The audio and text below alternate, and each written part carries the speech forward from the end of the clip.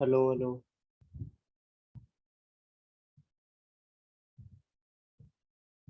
Hello.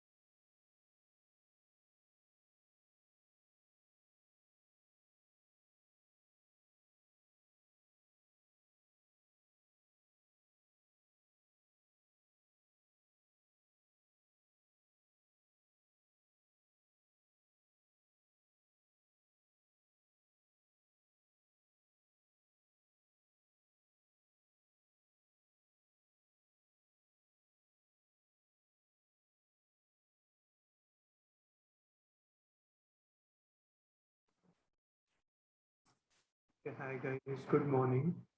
Am I audible? Yes, sir. So, Good morning, sir. Good morning. Sorry for the delay, guys. I got stuck badly today.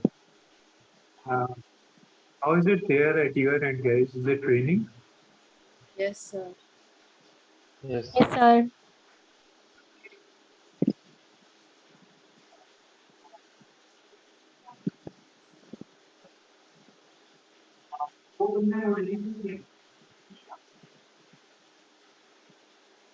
Your voice is not clear.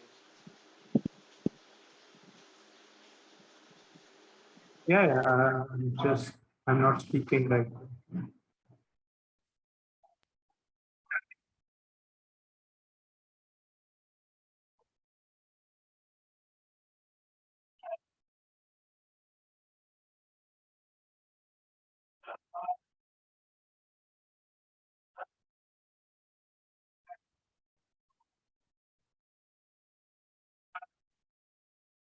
Guys, any doubt in what we have discussed so far, or shall we go ahead?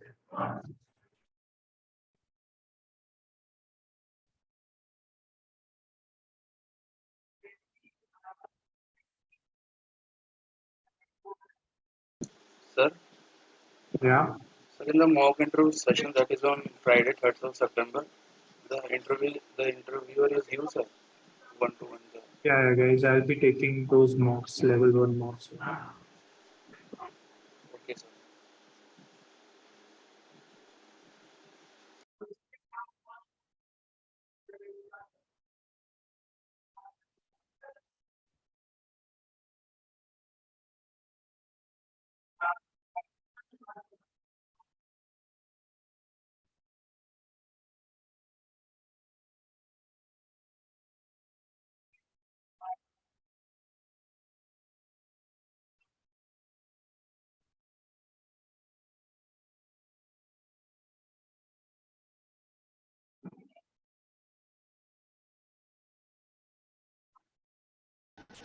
Sir, Yeah, can I ask question from derivatives?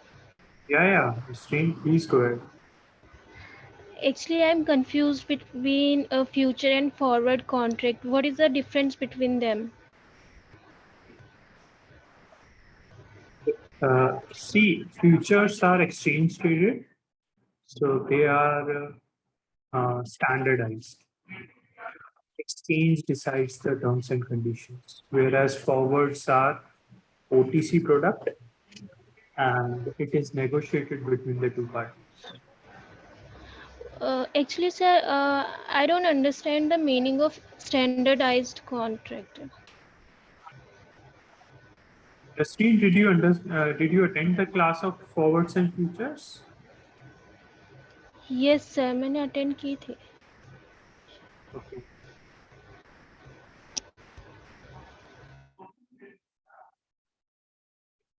Okay. So in forwards and futures,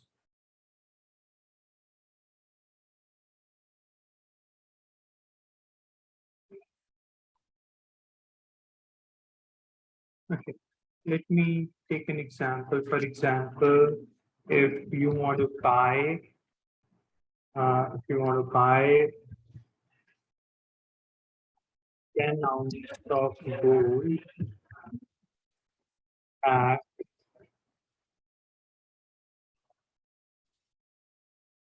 say $1,000 per ounce after 3 months. Okay. Now, what is the future price? What is the settlement date? What is the lot size?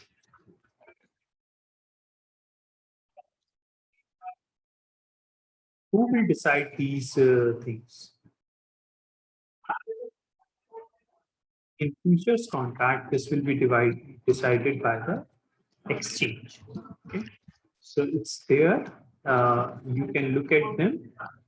If you find them suitable, you enter into the trade. If you don't find them suitable, you don't enter the change. But it is not in your hands. You cannot change it. Okay. Whereas in a forward contract, everything will be decided by the two parties. When do they want to settle? Okay.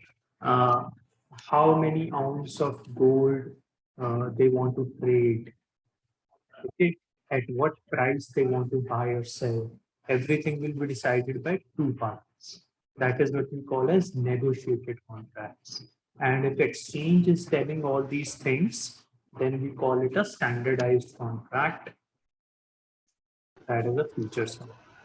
Okay. Okay, sir. Okay. Thank you, sir.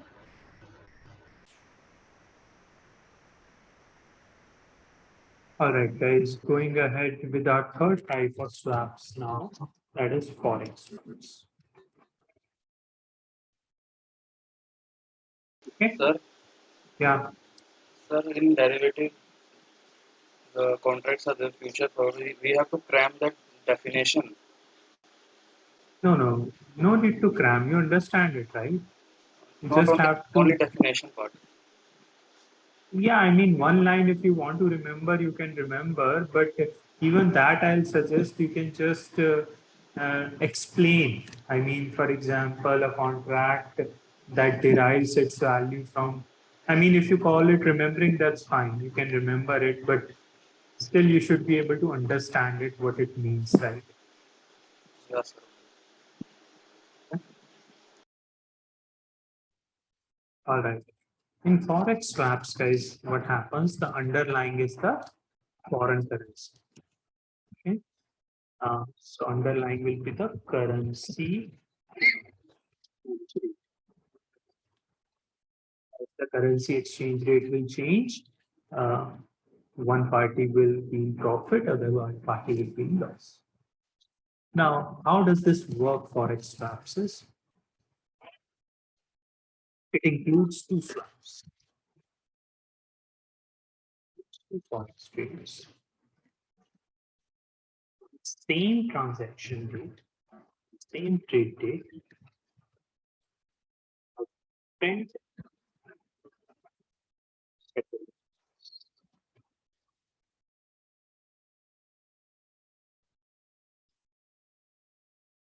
Okay, so two forex trades with the same trade date but different settlement. Okay, does anyone remember NDF currency contract? NDF contract? What was the case in NDF contract, guys? Do you remember? It also had two forex trades, if you remember. Guys, you revised the class of foreign exchange. In that, at the end, we discussed the NDF contracts, right? Yes, There sir. also we had two Yes, forex sir. trades. With Okay, same settlement date and different trade date. yeah.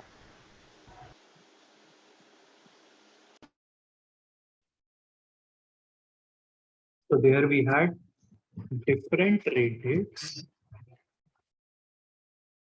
but same settlement. So don't get confused between these two. There is a difference between these. Are we clear? So let's get back to forex swaps.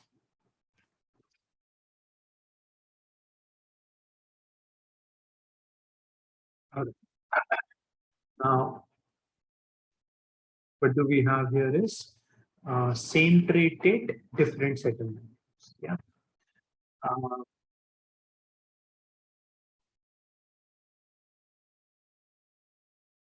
okay. Let's try to understand it through an example, and that would be an easier way to go about it. Let's say there is a company. Um, okay. Today is, let's say, 1st September 2021. Okay. there is a company Alpha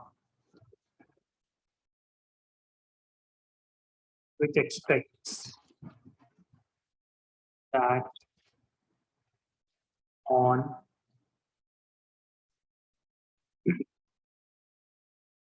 2nd September 2021, it would have an excess of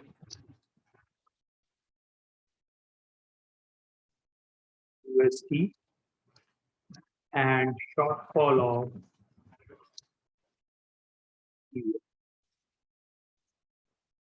Okay, so they are projecting their currency reserves, and they find out that they deal in multiple currencies.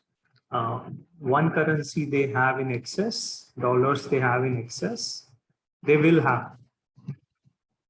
Okay, we are talking about 2nd September.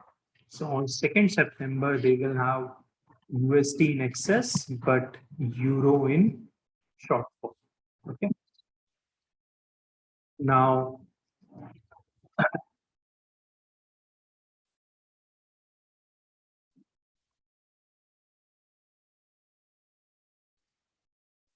on 3rd September 2011, 2021, they expect that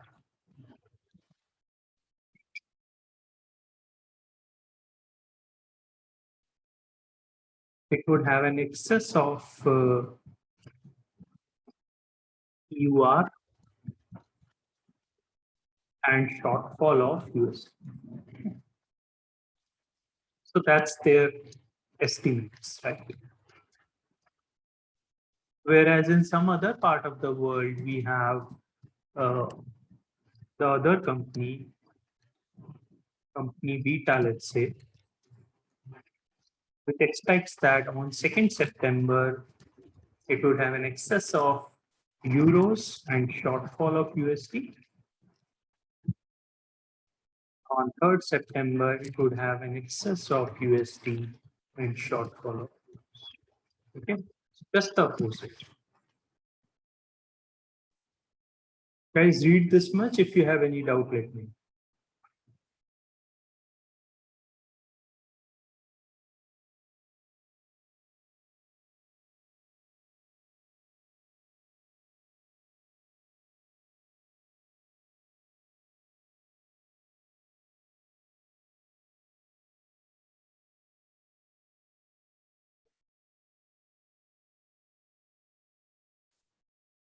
Is it clear so far?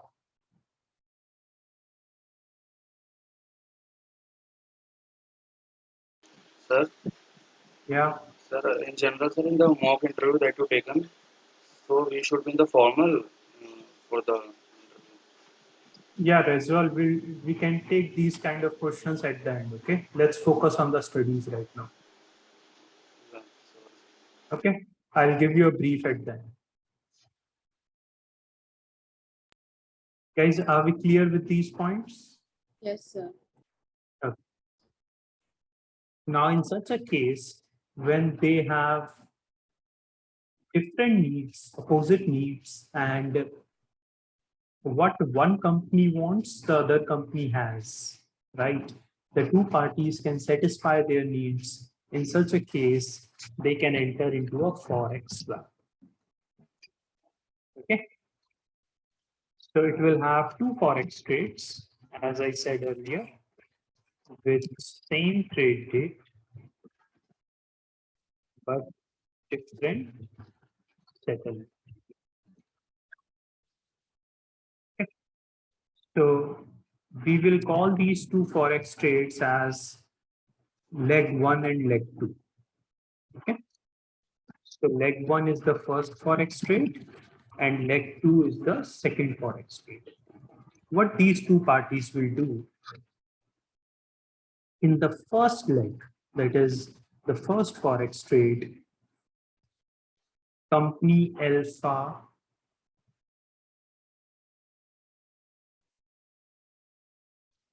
when will this leg happen?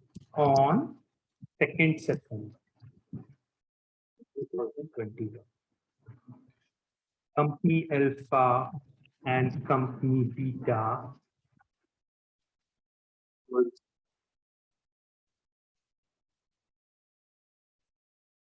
would enter into the trade, would enter into this forex swap deal uh, with the first settlement date as 2nd September itself. Okay, so on 2nd September, company A, company alpha, and company beta will enter into a forex swap. All right. This is what is going to happen on 2nd September 2020. The first leg, the first forex trade will be uh, having a settlement date of 2nd September 2027. Okay, and the second leg would have the settlement date of 3rd September 2021. Okay, so what do we call this? Guys, we read about different forex trades, right? What is the trade date in this deal? Can you tell me, September. 1st September. guys? 2nd September, okay? They are not entering into the contract today. They will enter into the contract tomorrow, okay? So tomorrow only they will enter into the contract. The trade date would be tomorrow, okay? And the first settlement date would also be tomorrow. So if you remember about the various forex trades such as um, cash forex trade, term forex trade, forward spot. Do you remember these different forex trades? Yes, sir. Okay. So in this case, in the first leg, the trade date is same as the settlement date. So what do we call this? Cash forex trade. Absolutely, very good. So this is a cash forex trade. And in this case, in leg 2, the settlement date is 1 day later than the trade date. So what do we call this? Tom forex trade. Top. Very good. Guys, it's there in your foreign currency topic, okay? So if you don't remember, you need to revise that, okay? So here there are two trades. One is the cash forex trade and the other is the term forex trade. All right, guys, two forex trades. Same trade date. What is the trade date for this? 2nd September 2021. Okay, what is the trade date for this? 2nd September 2021. Sir, how is settlement date of beta company 3rd September? No. It is not specific to any company. Okay. There are two legs to the transaction. There are two forex trade. What is leg 1? That is the first forex trade. Okay, sir. Okay, yes.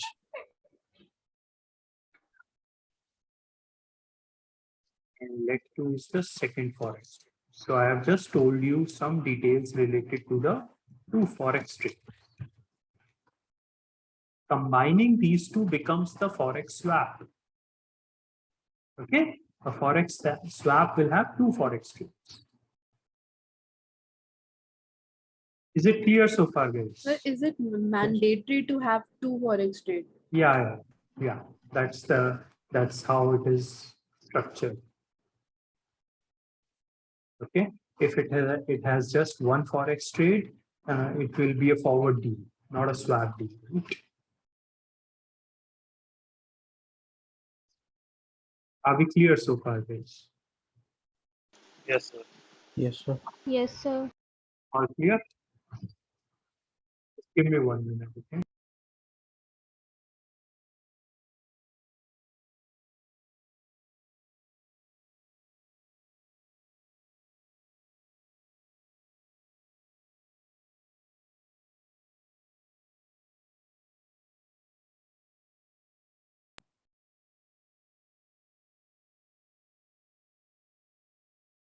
All right. So guys, can you guess what would happen on the first point? What exchange of currency would happen on the first forex?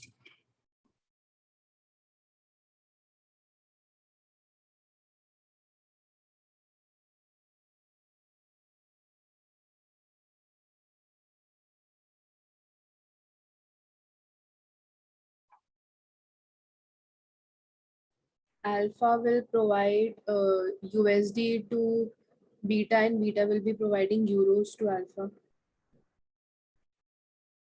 Okay. What do others think?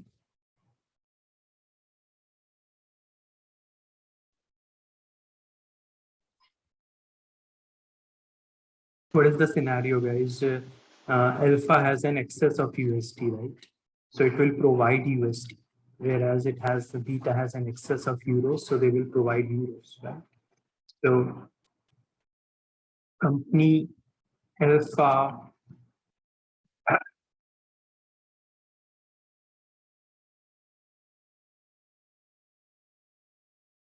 would give USD to company beta, all right? And in return, company Alpha would get what? Euros from company.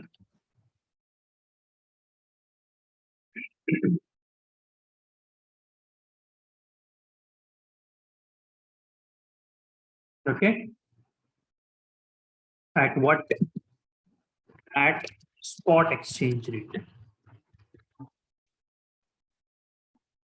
So whatever is the spot exchange rate, that means the exchange rate on 2nd September 2021, whatever is the exchange rate going on between these two currencies at that time, they will enter into this trade right away based on their need. Okay, for example, if they need $10,000, accordingly they will get the euros. Okay, but that will happen at the spot exchange. Are we clear with the first leg of this deal, guys?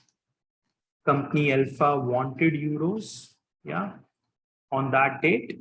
So they got the euros on that date because it is settling on that date also. So that means they will get the euros on that date. So whatever shortfall they were facing on 2nd September, that shortfall is fulfilled. Yeah, company Beta was feeling the shortfall of USD. They got USD. Okay, so they are actually exchanging the currencies on this date. Yeah, the settlement date is also same as the trade date. So that means they will also be exchanging the currencies when they are entering into the contract. Are we clear with this, guys? Yes, sir. Yes, sir. Yes, sir.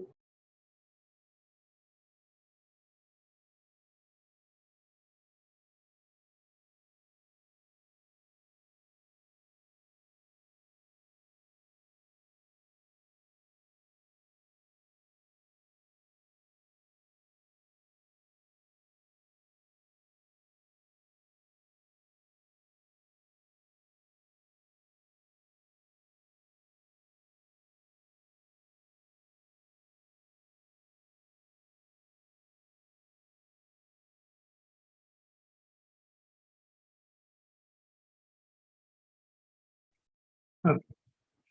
All right. So similarly, can you tell me what would happen on in the second leg of transaction?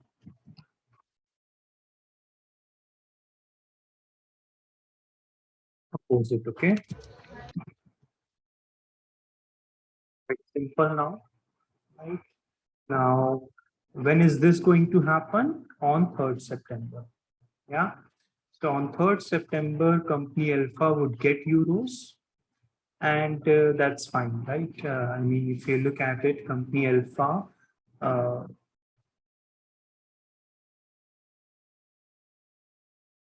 company Alpha would pay euros, right? company Alpha would get USD. So on 3rd September, Sir, can you repeat the address, please? yeah, see, in the second leg, what is going to happen? Company Alpha would give euros and get USD. So the opposite of first leg, right? On 3rd September, the company Alpha was facing shortage of USD, right? So they want USD on 3rd September. That's what they are getting. Whereas the other company wants euro on 3rd September. Yeah. So they are getting euros on 3rd September. So that's how the two parties who are in needs of different currencies at different points of time can enter into a forex swap. Okay. Now, at what exchange rate this would happen would also be pre-decided. Okay. Exchange rate would be pre-decided. What do I mean by this is, that means on trade date itself, the two parties would fix the exchange rate at which they are going to exchange the currencies in the future. Okay. So if you see here, the exchange rate that will be used would be decided on the trade date itself. Okay. So if you look at the trade date, you know at what rate the first trade is going to happen. That is the spot exchange rates. Obviously, you know it on 2nd September. That is the trade date. And also, you know the rate at which the second trade is going to happen. Okay. So you know the rate at which both the trades are going to happen. Are we clear with this?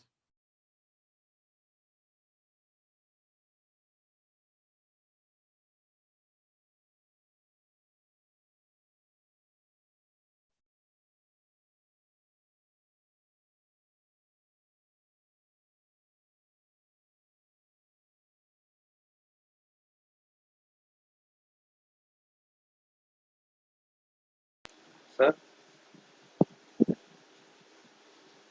sir, Yeah. sir, on the second leg, the settlement, the exchange rate would be pre-decided on the 2nd of September 2021. But on the settlement date, if the exchange rate goes up by the some percentage, so how this will affect the parties? Yeah, then that rate would not matter. Okay, whatever they have decided on the trade date itself, they are going to exchange the currencies at that rate only. Okay, whatever be the exchange rate on 3rd September, that would not make a difference. Okay, so there is no uncertainty in terms of what will be the exchange rate. That would already be decided on the trade date itself. So this forex swap will remove that foreign exchange risk. Okay, it removes that uncertainty. All right.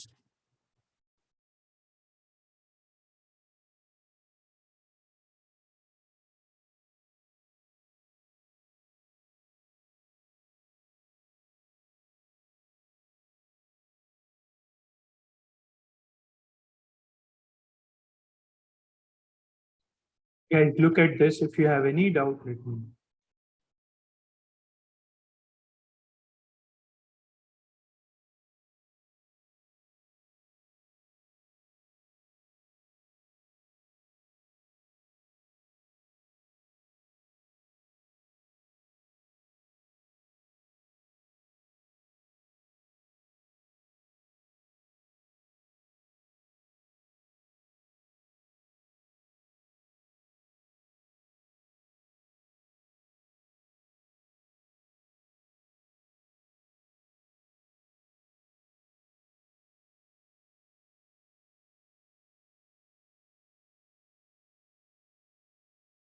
Sir, Yeah.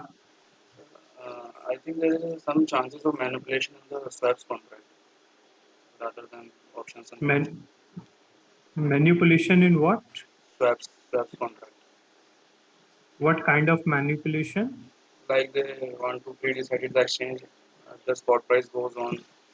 That's some kind of two parties settle the amount. No, uh,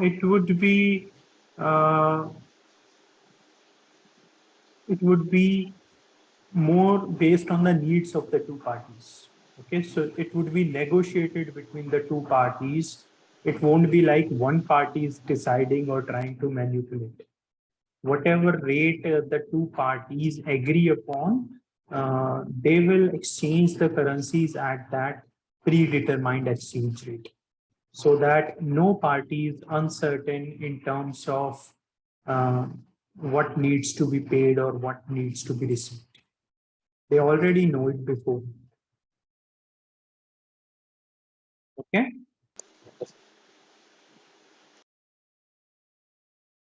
So the spot rate for both the legs will be same. No, no, no. It can be It different. can be different. It can be different. Okay. For example, the first on 2nd September, let's say the exchange rate is euro is equal to 1.1 USD. Okay. So they will trade at this rate. But on trade date itself, they will decide the rate for 3rd September as well, right?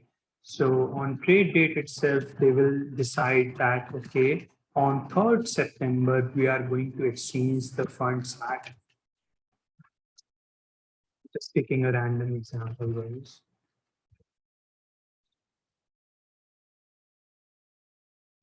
So that they will decide on 2nd September itself, that on 3rd September, we will exchange the currencies.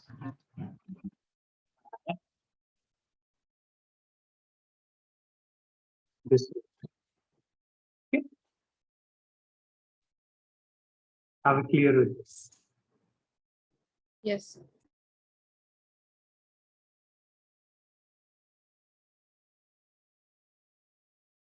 Note it down, guys. If you have any question, let me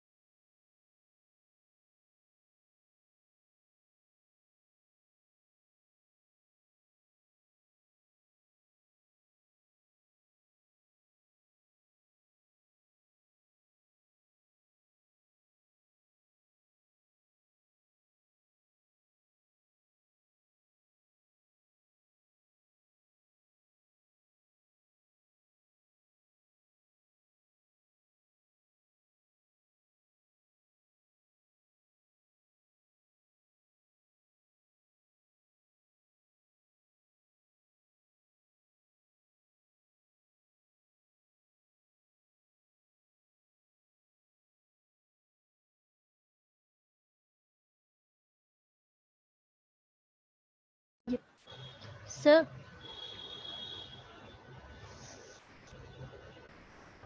Yes. actually, sir, would the both companies will be worried about the exchange rate if it will rise in future or fall in future? Yeah, now they don't need to worry, right? Now the exchange rate is already fixed. Okay. That uncertainty is gone now, right? Otherwise, you would worry that, okay, on 3rd September, I need the euros. What if I convert at that time? I don't know what will be the exchange rate, right? So if you just go to the market last moment, you would also have to face the uncertainty, right? Yeah. Yes. But if you So, enter into the deal beforehand, that uncertainty is removed. Yeah. so there will be loss and gain for one company or not? No, no, no. So it is more upon the needs. I mean, these can be used for speculation also, but they are mostly need based. Yeah. So the companies actually need the currencies because they are facing the shortfall or they are having an excess. But yeah, I mean, to some extent, they can be used for speculation also. For example, if one company expects USD to go up, yeah, whereas other company expects euro to go up, they can exchange the currencies. Yeah. Okay, sir.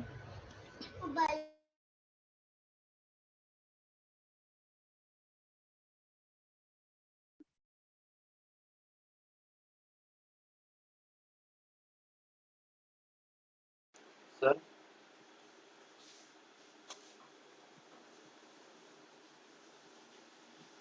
sir.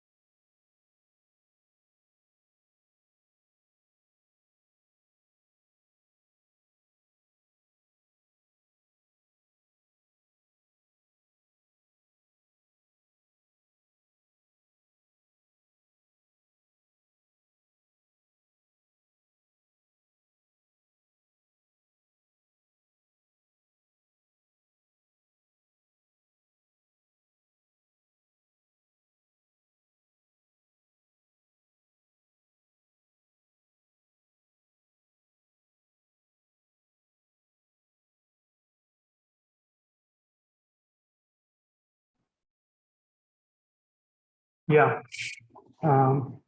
Reswell, you were asking something? Yes, sir. Yeah, tell me.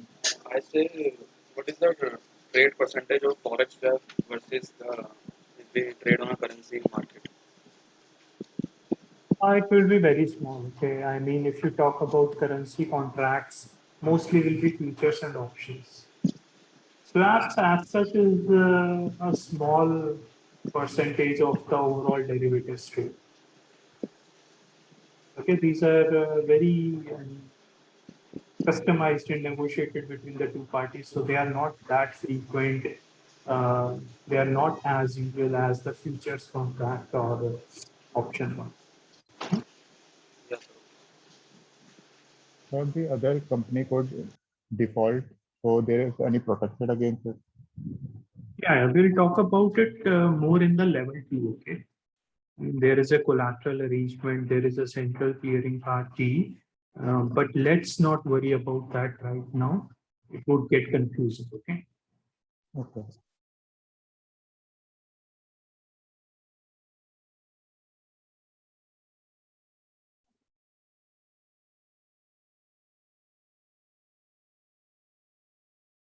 Is it noted down, guys? Yes, sir. All right. So guys, please remember that there'll be always two legs in this forex swap. We always two legs in the forex swap. One leg can be, so the various combinations can be cash plus Tom.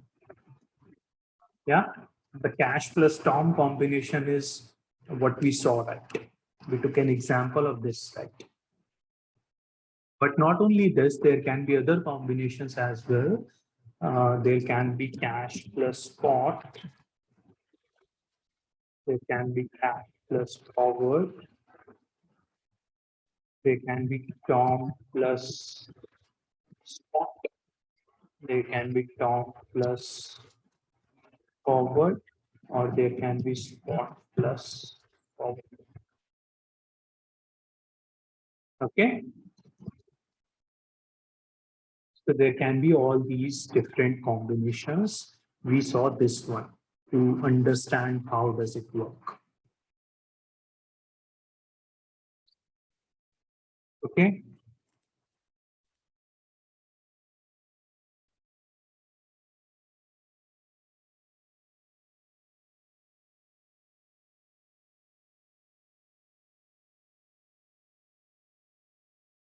Let me give you a scenario and you can tell me how will you structure the trade. Okay. There is Asian Paints, which wants to set up a factory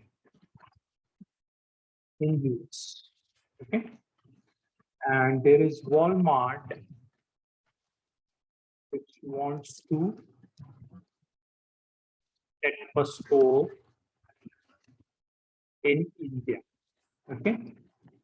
Now, because Asian Paints wants to set up a factory, they want USD today. Okay. They will need dollars to set up a factory. Yeah. In US, right? They want USD today for 1 year. After 1 year, they can give back the USD. Okay. So in 1 year, they will set up the factories and revenue would start coming in terms of USD. So after 1 year, they will give back the USD. Okay. Whereas Walmart, what does they want? They want INR right now to set up a store in India. Yeah. They want INR today for 1 year again. So they just want the INRs for 1 year.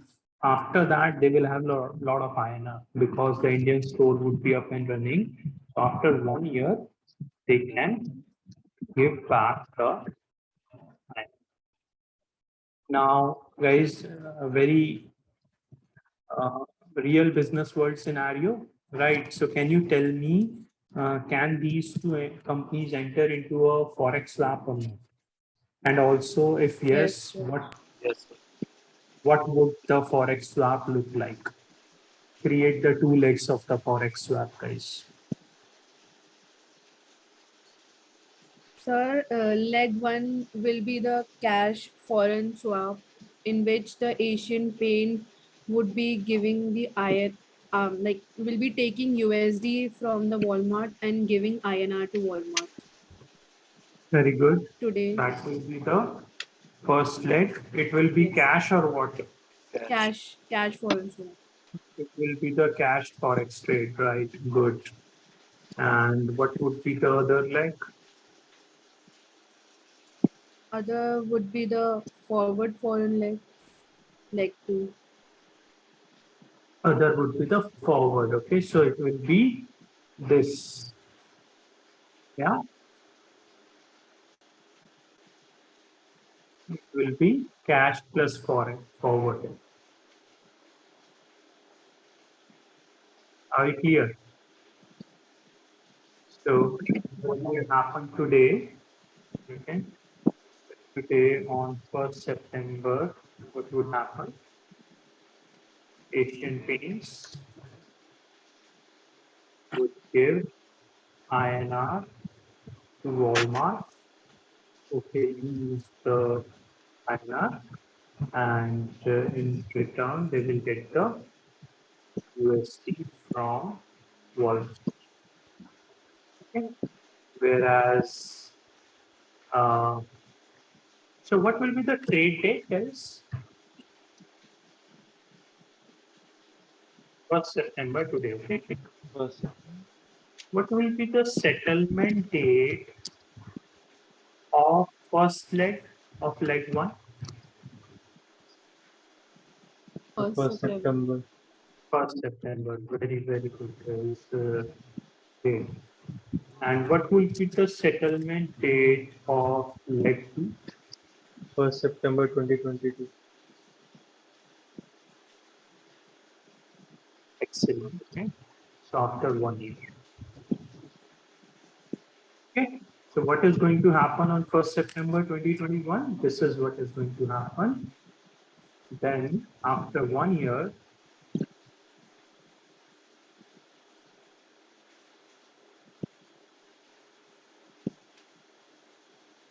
on 2nd September 20, sorry, on 1st September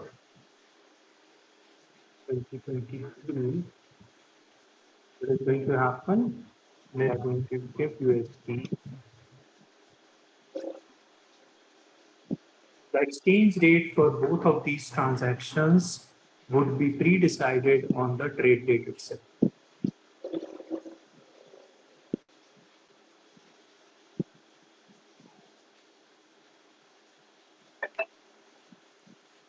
So can you repeat? I'm saying the exchange rate at which these currencies would be exchanged, that exchange rate would be decided on the trade date itself. So the foreign forex swap, the forex swap eliminates the foreign exchange rate itself. Okay, or risk.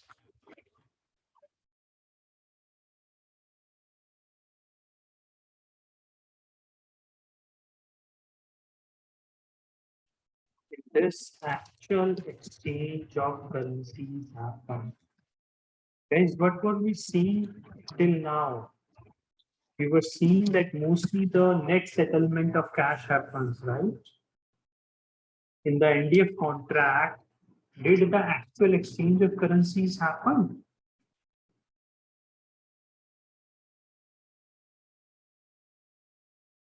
No, sir.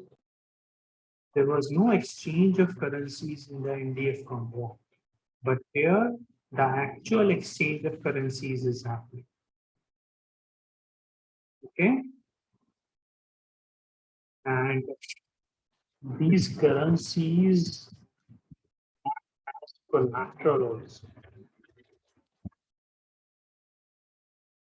Because if some party has given one currency, so Walmart already has the money, right? It's like a performance guarantee for Walmart.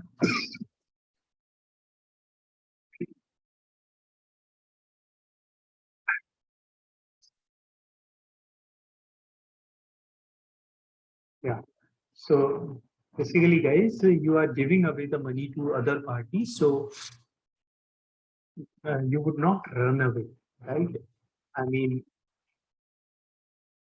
it's not that you have not given anything and you are facing huge losses. That's when you run away, right? When you have already given away the currency to somebody else, then chances of default are not there.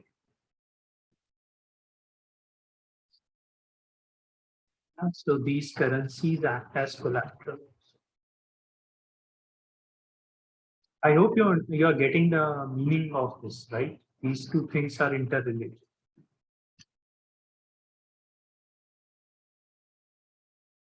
Any question, let me know. So the default is not happen because both the parties give the collateral to each other. I mean, we don't say collateral, we say external exchange of currencies happen. Now, when the exchange of currencies has already happened, then the money is already gone, right? So you would honor this contract as well. You would not like to run away, right?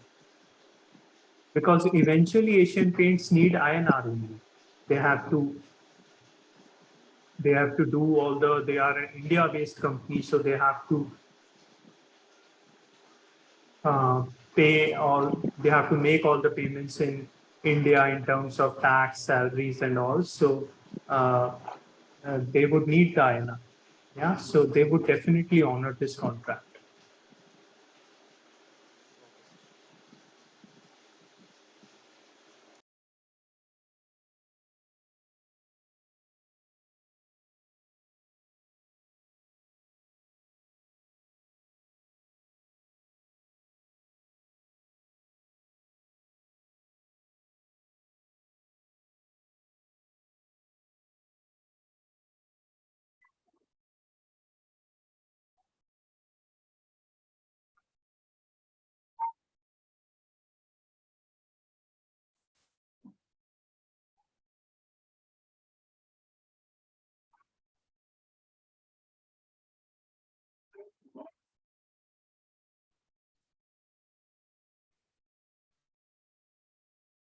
Is it clear to everyone?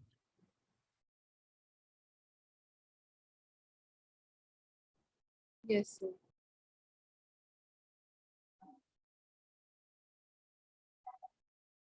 Only one person has said yes. Yes. Yes, sir. Yes, sir. Yes, sir. Oh, that's good. All right, guys, everybody is free to ask any question, okay? So we are not in any hurry. I'm reiterating this, guys. I want everything to be very clear to you so that you don't have to mug up anything or you don't face any problem in company interviews. All right. Okay, if there is no question, we can go ahead. The next and the last swap contract we have is the credit default swap. Okay, credit default swap. Have you heard about these? Yes.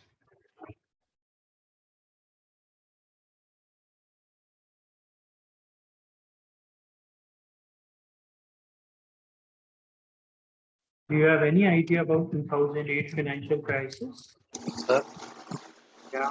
yes, sir, there is one more term in the financial crisis that I've seen. This is one term that is called CDOs. So what is that, sir? Yeah. I'll tell you CTOs, okay? Have you seen the movie, guys, The Big Short? Yes, sir. Yes, sir. So there you must have heard the term credit default swap. Okay.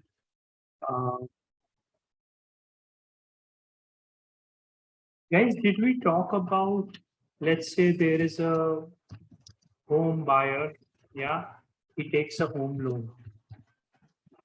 He takes a home loan, right? We must have discussed this in mortgage-backed securities. So he will go to a bank to take the loan. The bank will collect such loans and sell it to investment banks such as Goldman Sachs. Goldman Sachs, what they will do, they will issue mortgage-backed securities against this, right? These are how mortgage securitization process goes. I hope you remember this. Yes, sir. Okay. See, in mortgage-backed securities, there are tranches.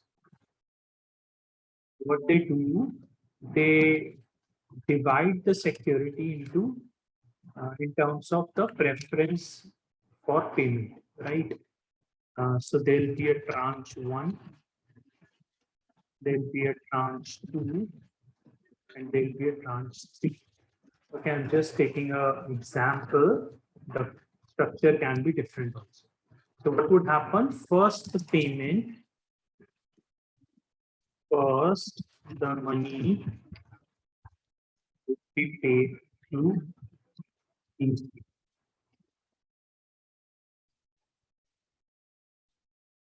Okay. The tranche one is the money would be paid to these investors. Whatever money is left after tranche one, it will be paid to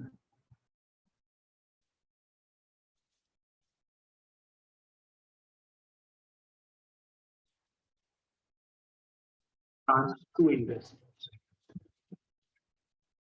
Okay. After that, money will be paid to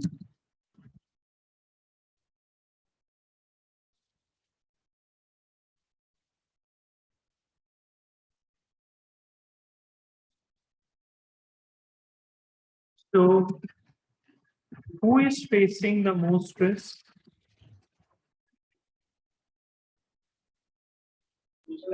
Tranche 3. Tranche 3. Tranche three, right? Tranche three is facing the most risk. So when the Goldman Sachs go out to sell these mortgage-backed securities, which kind of mortgage-backed securities will sell first? Most probably tranche one, right? See, there'll be difference in terms of returns also. Their returns would be less and their returns would be more.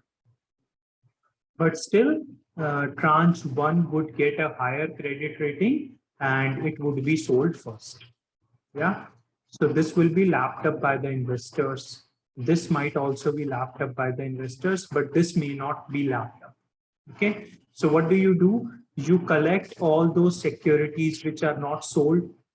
Okay. Tranche three securities and some of tranche two securities, and you club them together, and that becomes the CDO, collateralized debt obligation. Okay. So Sir, which are not paid to the investor. sorry.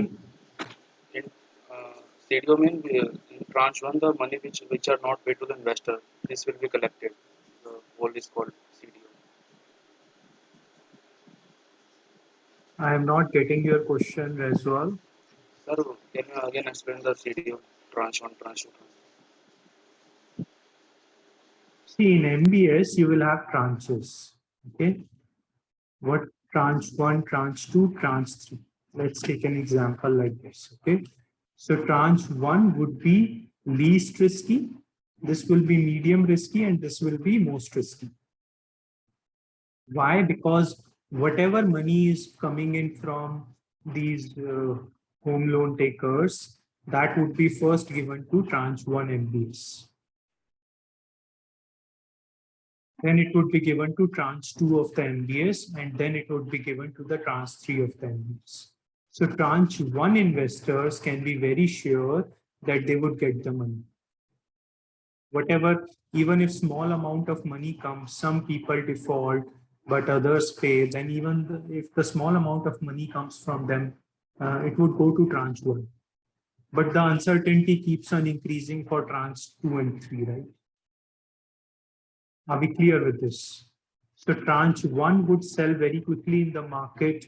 Tranche 2 would not sell that quickly. Tranche 3 would be even more difficult to sell in the market, right? Because investors would not like to invest in this tranche 3 of MBS because it is very risky, right? Even if some people default here, tranche 3 would be the most affected one, right?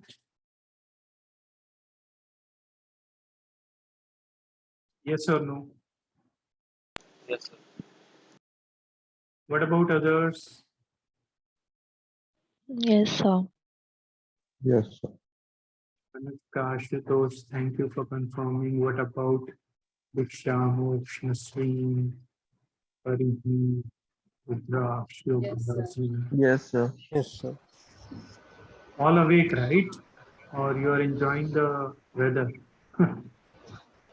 Sir, Yeah, very I difficult, did. right? Yes, sir. Going over the top. Yes. Okay, Nasreen, uh, Yes. See. what did you not understand? Did you understand this? I haven't understand anything from credit default swaps. You did not understand anything. Okay. Yes, sir. Did you understand mortgage-backed securities when we discussed them in fixed income topic? Actually, sir, I haven't checked that class, I guess.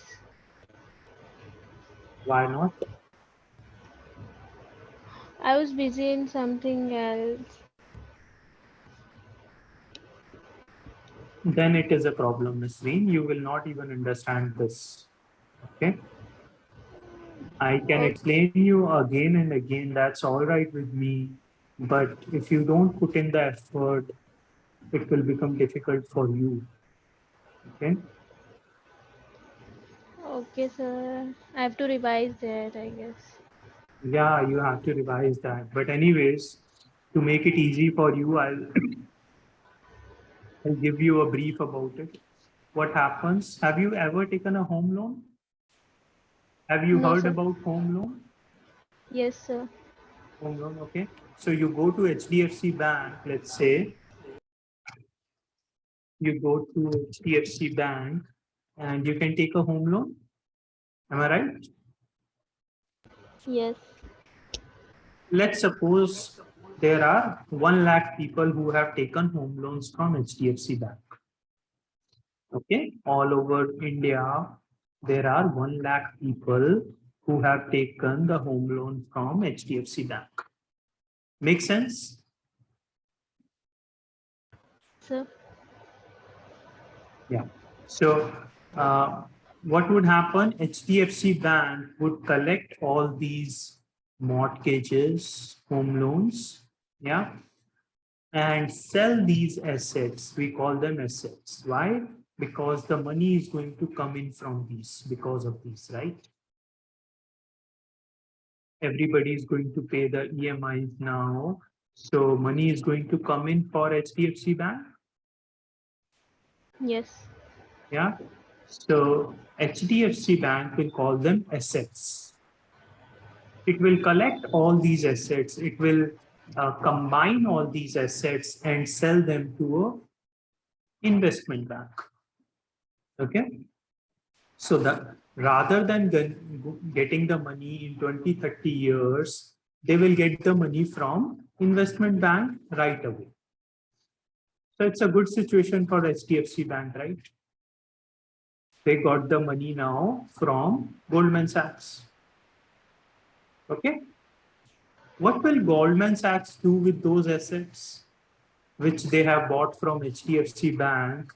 What they will do with those assets? Now they are going to get the EMI payments, right?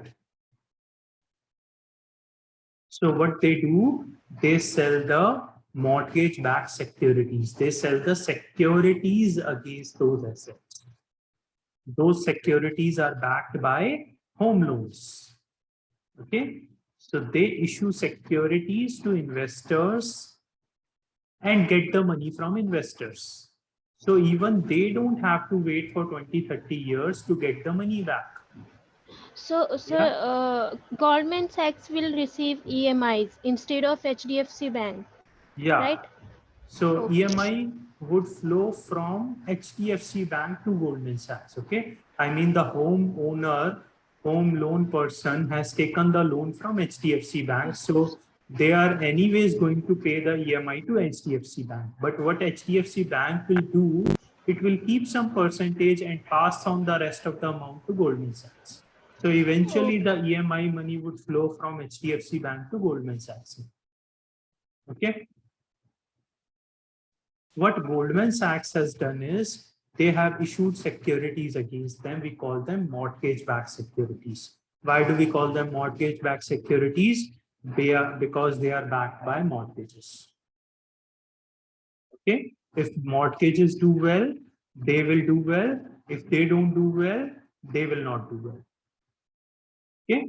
So they issue the securities to investors. Whoever wants to invest in these kind of securities will get 5-7% return, and Goldman Sachs will get the money.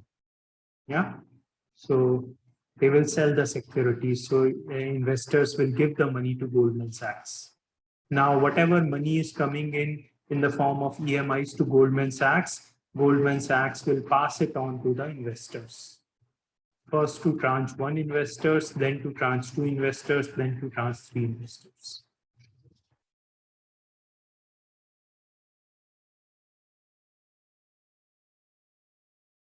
Nasreen, just revise this. If you have any question, let me know. Sir, how would they pay money to tranche 1 or tranche 2 or tranche 3 investors? Okay. See, what is this person going to do?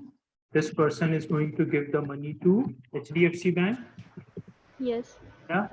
What will HDFC Bank do? It will Goldman give the Sachs. money to Goldman Sachs. Goldman Sachs. What will Goldman Sachs do? It will give the money to MBS investors.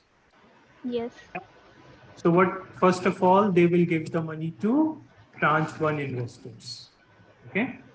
Whatever the returns they need to be provided, they will provide those returns to tranche 1 investors. Then whatever money is left, they will try to satisfy the tranche 2 investors. Then if something is left, then they will give it to tranche 3 investors. Okay. Okay. So who is facing the most risk? Tranche 3. Tranche 3 investors, right?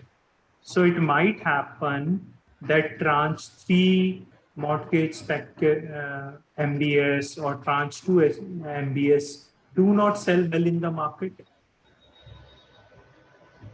Yeah, I mean, there are not enough buyers for tranche 3 of MBS or tranche 2 of MBS. Can it happen?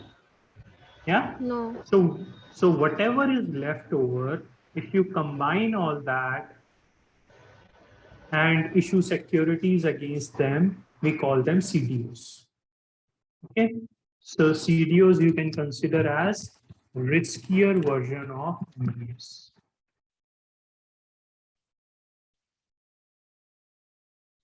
Okay. So these are even more risky than MBS. Are we clear with this? Yes, sir.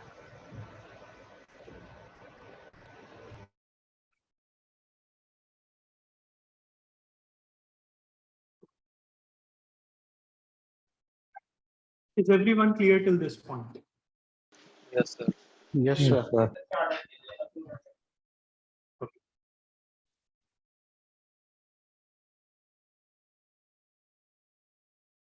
Now, any idea about 2008 financial crisis, guys? You should have it, eh? Sir, Yeah. in crisis there is called a bubble burst. Sir, what is that bubble burst? See, bubble is something when the price of any asset keeps on going up. Sir, in the share market, there is a bubble also for something. Yeah, Rezual, let's not go here and there too much because then we lose focus from the topic, okay? But to give you a one-line explanation, bubble is something, let's say, if I keep on increasing the price of HDFC Bank, if the share price of HDFC Bank keeps on going up without any fundamental reason, we call it a bubble. Okay, eventually it will burst. That's what we call as bubble burst. Okay, got an idea? Yes. All right. So guys, coming back to our topic, what is a credit default swap? Let's say there is some person, John,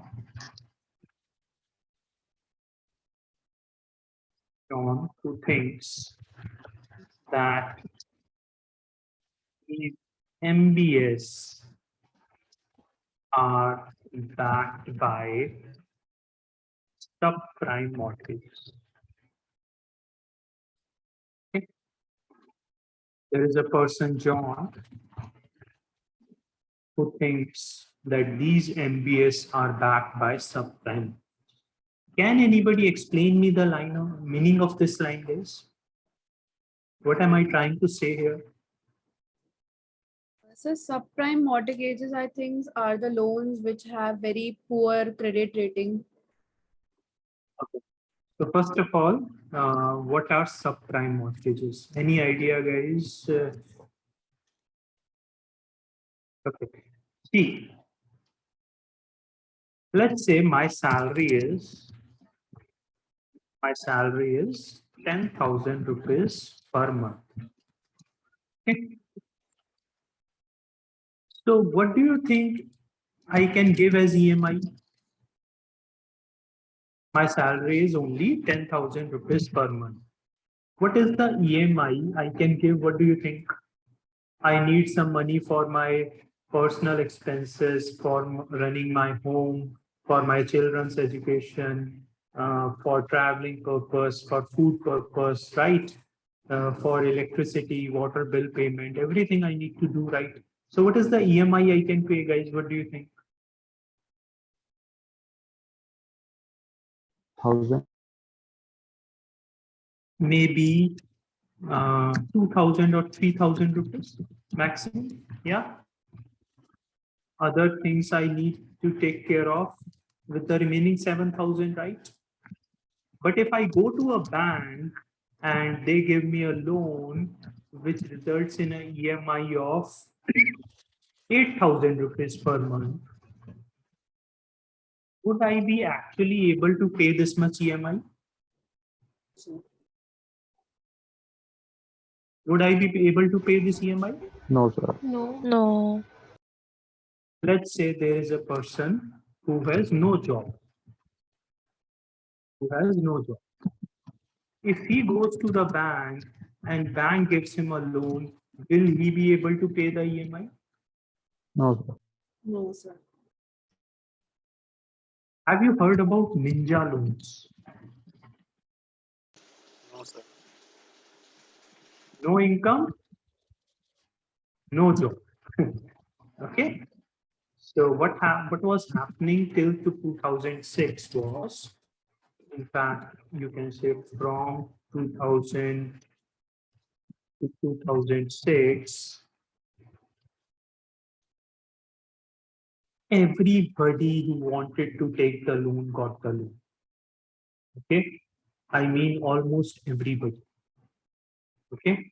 So if it is a sweeper, he wanted to buy a house, he will get a house. Okay. If there is some person working in a bar, okay, there is some dancer in the bar or some bartender or bodyguard who wanted to buy a house, he can easily go to the bank and take a loan. Okay. So whoever wanted to take a loan whether he was capable of paying it back or not, would be able to get the loan. Okay. Would these people be able to pay back?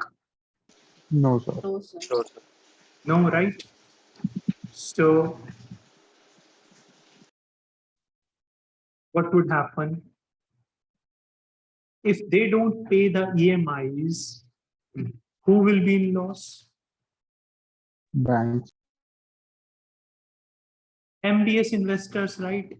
They will not get the money. Yeah. So coming back to this, guys, we are clear with subprime mortgages now. Yeah. Coming back to this statement, can you explain me this line now?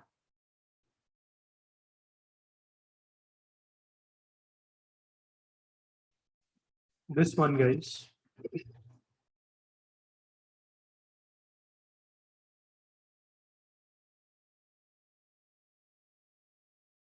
What is John thinking? Does John thinks that all the EMIs would come in, or does John thinks that a lot of defaults will happen? A lot of defaults. Yeah. So what I mean by this line is that John feels that a lot of defaults by home loan takers is going to happen in future. Okay. So what would happen to MBS securities?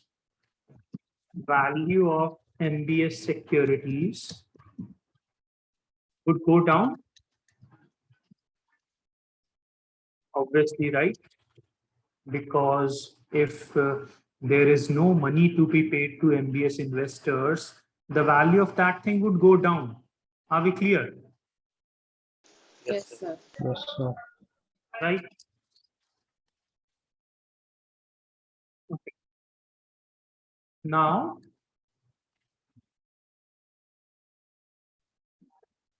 he wants to bet against it. What do we mean by bet against it? Or you can say he wants to short them. What do we mean by short them means bet against it. Matlab, if they go down, he should make money. Sir, Yeah. so this would be one-side betting or two-side betting? Two parties will be involved. Okay, sir. Okay. I'll explain you that. So he wants to short them. He feels their value will go down. He wants to make money when these bonds values go down. Okay. When these securities values goes down, he wants to make money. That's what we mean by shorting them or betting against them. Right. So what would John do? John would go to, let's say, Deutsche Bank. John would go to Deutsche Bank.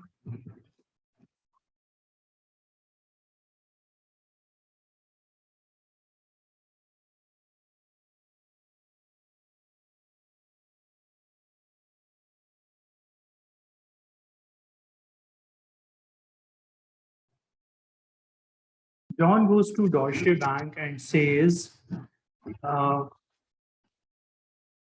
give me credit default swaps. Okay. So what are credit default swap? Let's come to our main topic now. Guys, I hope we are clear with the background. So note it down. If you have any doubt till now, let me know. Okay. All this information is necessary to understand what we are going to discuss in future.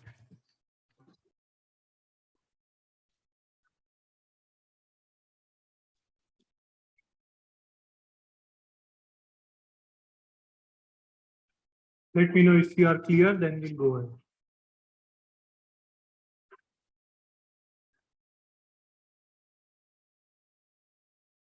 Sir, Yeah. sir, John wants actually means that he wants credit default swap against the MBS if this goes down.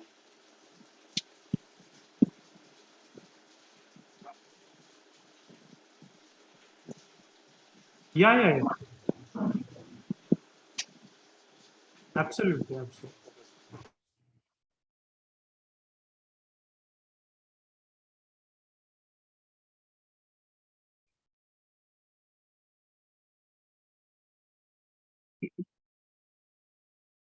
Guys, what you are learning today, if you get time, watch the movie The Big Short. Okay.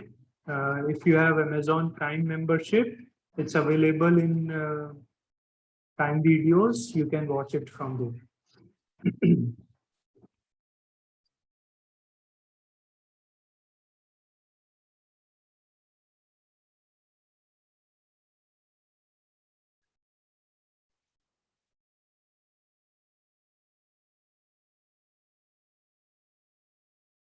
What we are referring to as John would be the hero of the movie, the main character. Okay.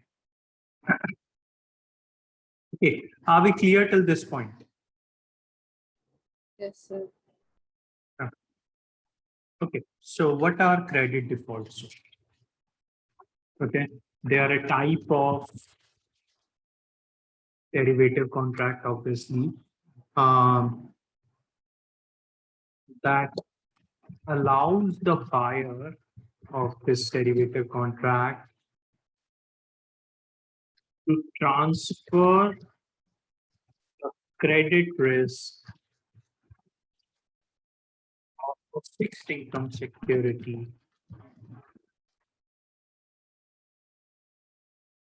to the seller of the CDS contract in exchange for a periodic premium paid. Okay. Please read this line twice, guys.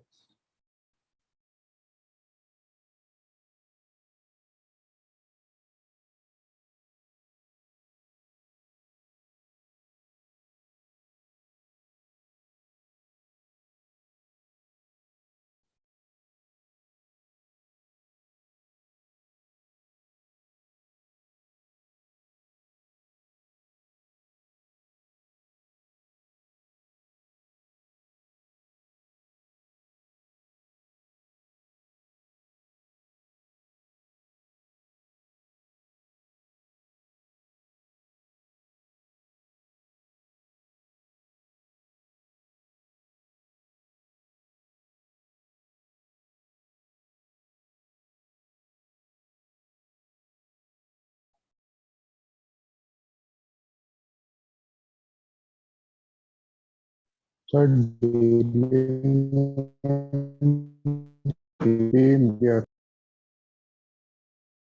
Sorry, your voice is not clear. Can you repeat? Sir, I was saying that dealing in CDS would be more risky as we have to pay the premium also, and we are betting and we are not sure about it. Absolutely, it's risky. Okay, it's not a sure shot thing. Um, Guys, do you have a car? I mean, if you own any vehicle, let's say scooter or a car, you need to have an insurance on it. Yes, sir. Yeah. So what happens is that, let's say you own a car. So what you do, you pay some premium amount every year. You pay a premium to the car insurance company. Yeah. Let's say Tata Insurance. Okay. So whatever you pay the premium amount to the car insurance company, when do they pay you?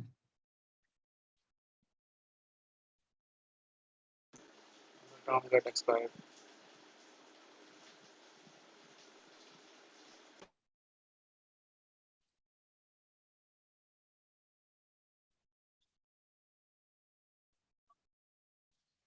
If your car gets damaged when you're driving, they pay you, right?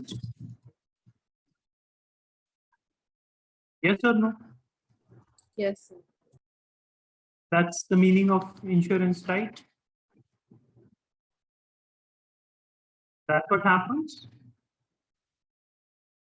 So who is bearing the risk?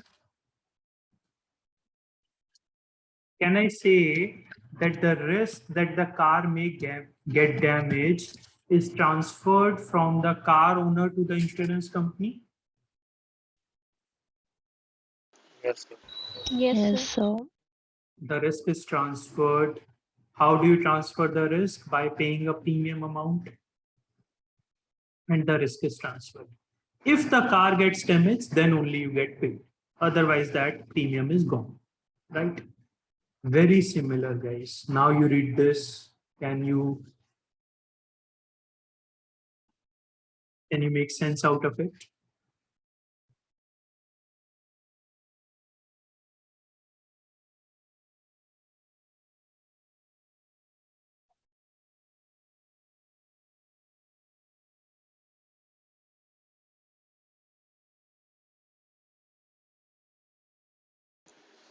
So we can say we're hedging the risk in this previous one. Sorry.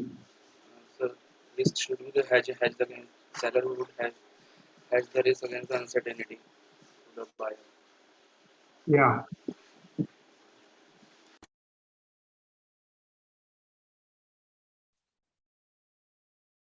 Okay, let me explain you CDS in an Excel sheet. Give me 1 minute.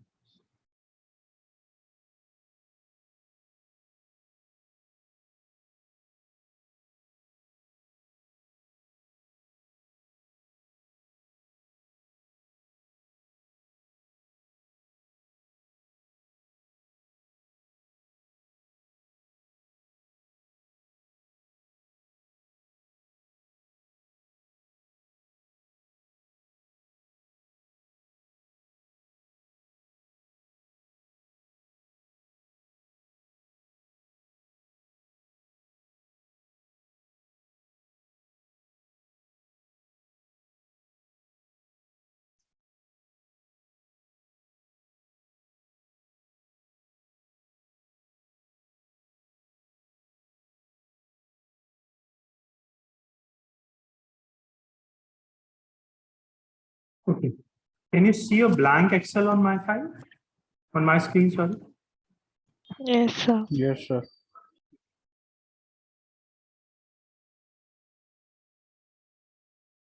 Let's consider we have the uh,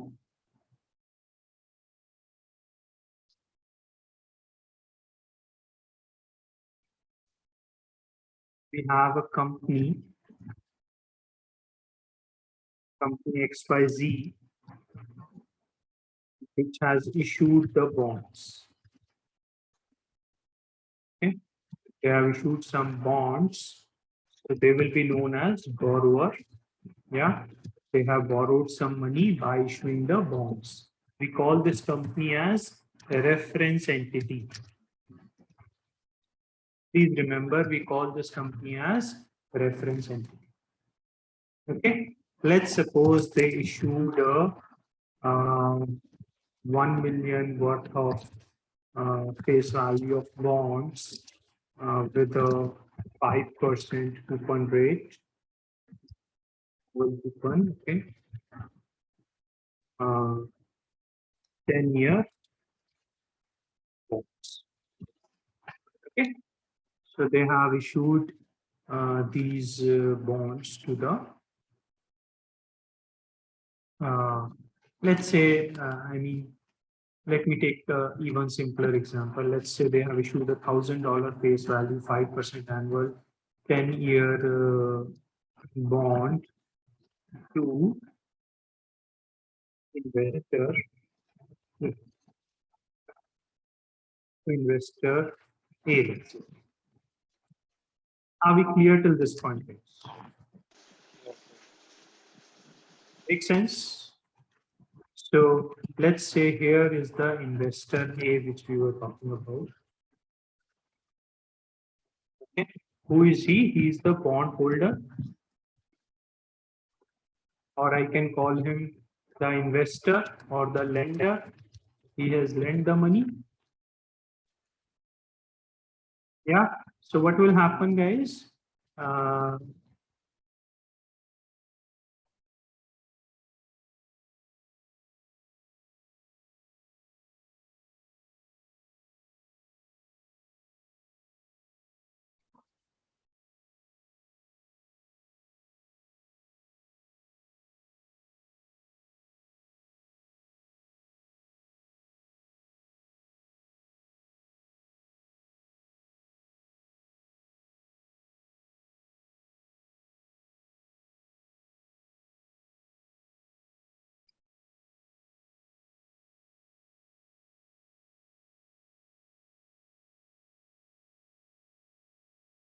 Okay.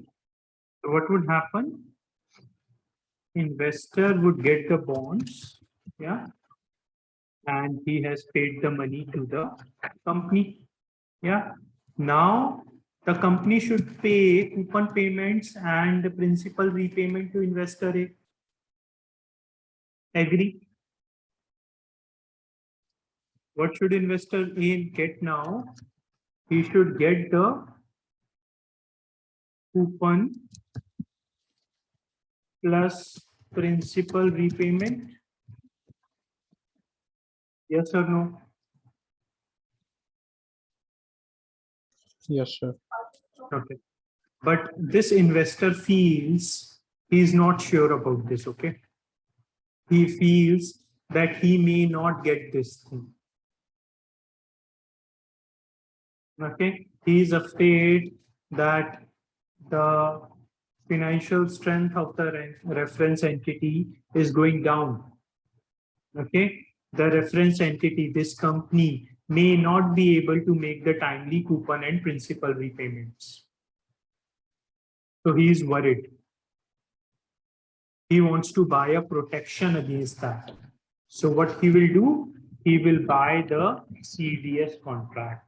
We will call him the CDS buyer, or we'll call him the protection buyer.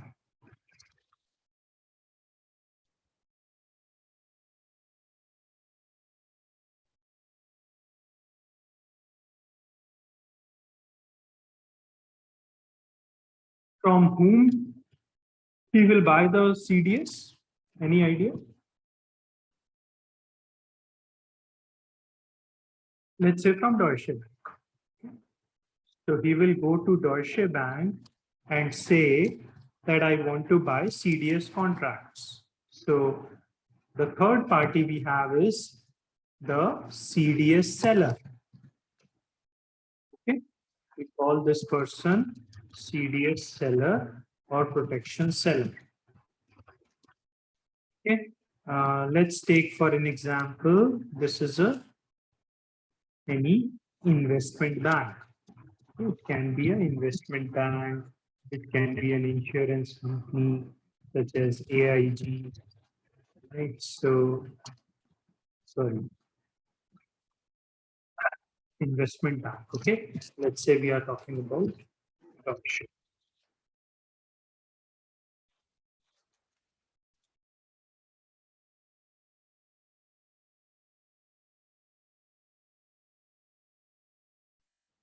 Okay, so what would investor pay now? He will pay the premium to investment bank. Yeah, what would he get?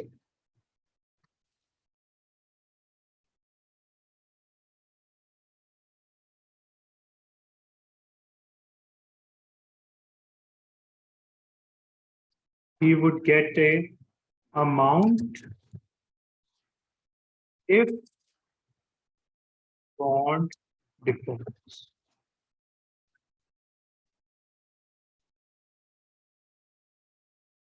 Okay. See guys, look at this flow. If you have any doubt in this, let me know.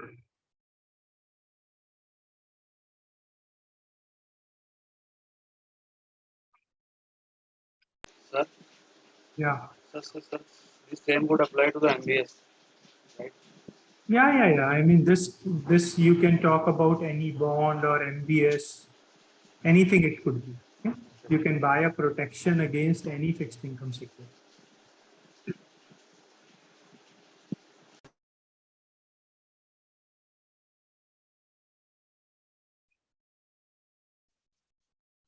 Guys, is it clear to everyone, this flow?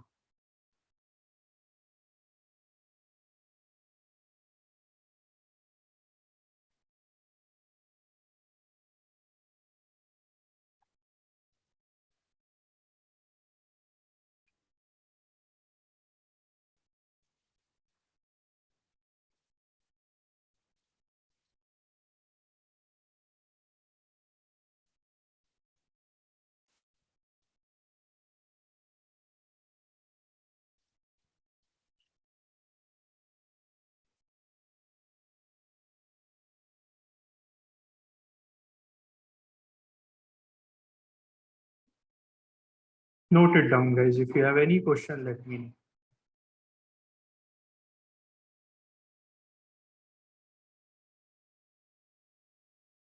This will be known as the reference obligation. Okay?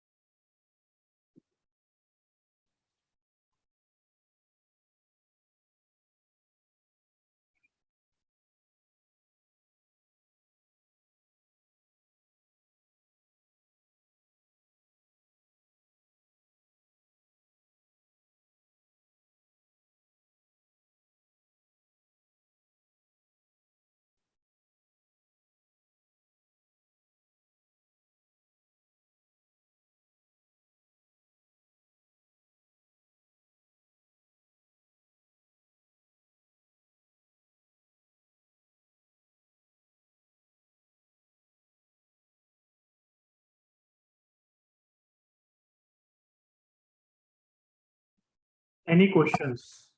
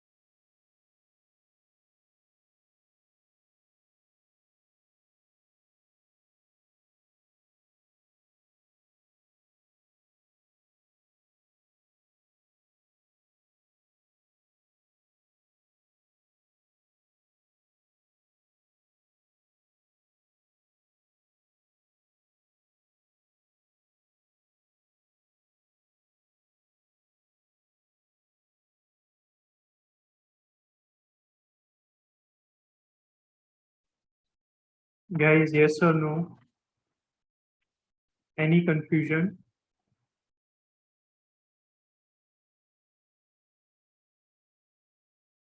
No, sir.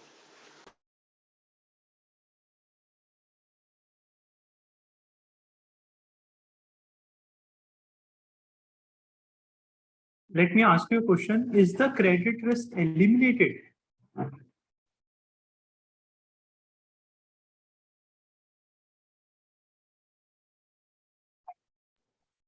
Yes. Do we okay, listen to my question carefully? Is the credit risk eliminated?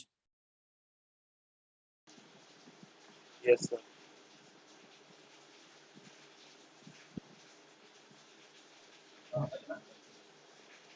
For the banks, it might not be. Yeah, see, if you think from investor perspective, earlier he was facing the credit risk. Yeah, what is the credit risk? That the reference entity may not make the required payments. So he was facing the credit risk. The credit risk has not been eliminated. The credit risk has only been shifted from one party to the other. Now the CDS seller is facing the credit risk.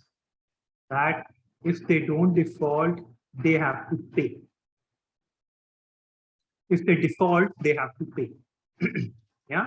So the credit risk has been shifted from one party to the other. Yes or no? Yes, sir. Yes, sir. Yes, sir. And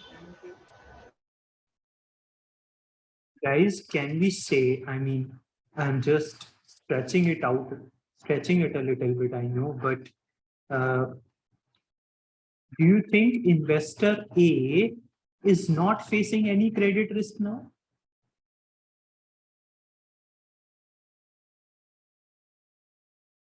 Think carefully. My question is investor A, after he has bought the CDS contract, is he not facing any credit risk now?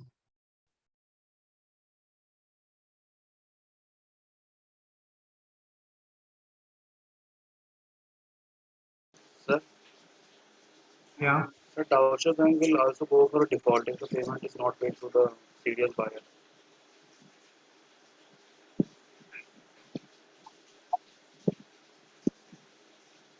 Sorry, what did you say? Commercial bank? No, sir, Deutsche Bank in this example. Deutsche Bank, okay. What did you say? Deutsche Bank and Uh, they will not, they can default on the payment made to the CDS buyer, investor A. absolutely, absolutely, very good point. See, guys, still investor A is facing the credit risk. Earlier, he was facing the credit risk that this company may default, right? The bond issuer may default. Now, this investor A is facing the credit risk that what if they default? Am I right or wrong? Think carefully. Now they are facing the credit risk. What if this company defaults? That means whenever they are required to make the payment, they don't make the payment. That's the irony of it, right? Basically, earlier you are facing the credit risk that this may default. Now you are facing the credit risk that this may default. No? Make sense or not?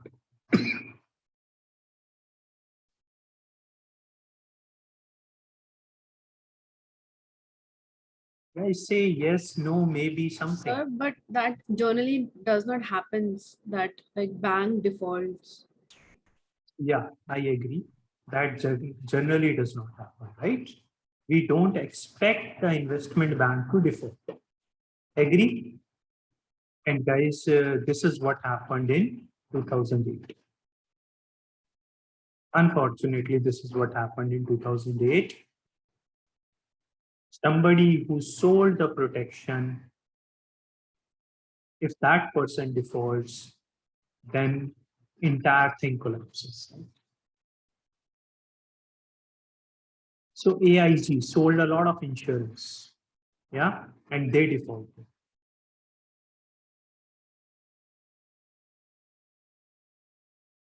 All right. So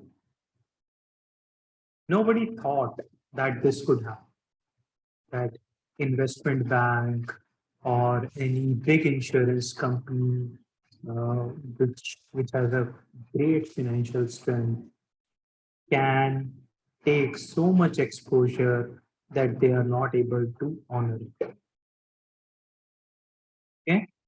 So first of all, a lot of these instruments were being issued, which was not right. in 2008. I mean, MBS, CDOs. The loans were issued to everybody, which was not right. Against those loans, mortgage-backed securities and CDOs were issued. Against those securities, mortgage-backed securities and CDOs, there were CDS contracts. So the entire chain was on a very loose footing. Sir, Yeah. Yeah.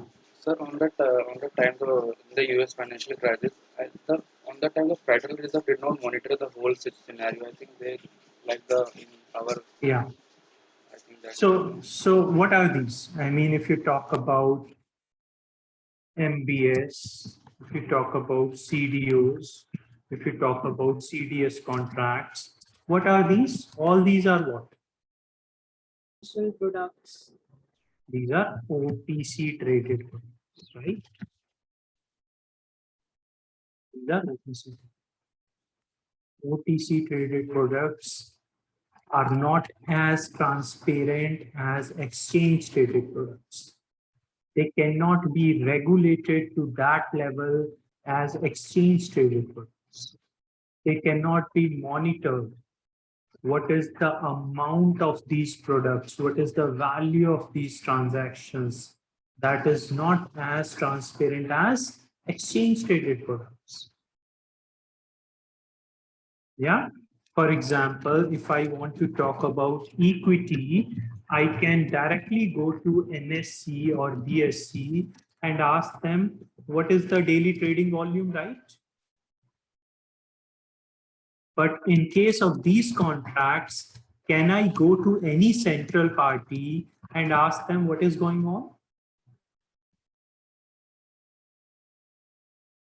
So it is very difficult for the regulator or the central bank to monitor these products. These are all OTC products. But after the 2008 financial crisis, they realized the fact that we need to take control of the OTC market as well. We cannot let it go on without any reporting or regulation requirements. Yeah. So this needs to be monitored as well. This needs to be secured as well. Okay, we'll talk more about it in level 2. So guys, very important to understand everything in level 1 because a lot of it would be related in level 2.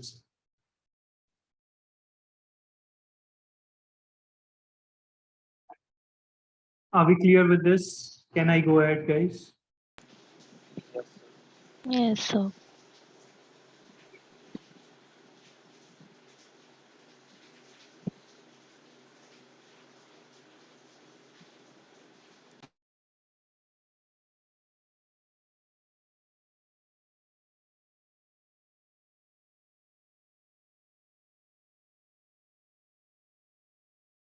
Okay, let's do one thing, guys. You note down everything, you revise everything. Let's take a break here. Just give me 15 minutes, guys.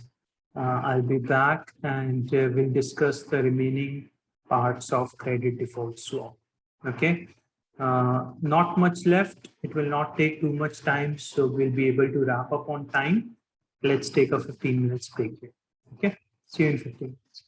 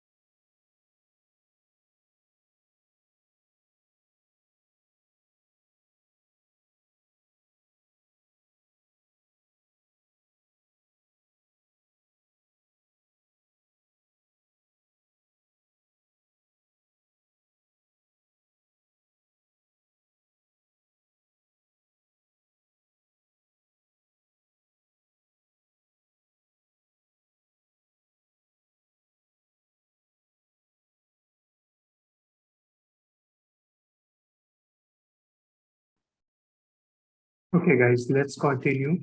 Please, everyone, come back.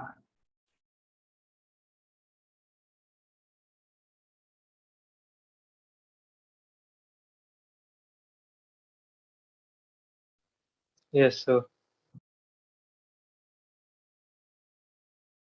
Uh, what about others, guys? Yes, sir. Yes, sir. All are there? Yes, sir. Yes, sir. Okay.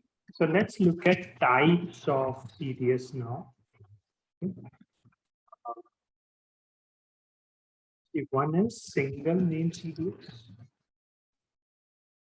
yeah. Uh, we also have basket CDS.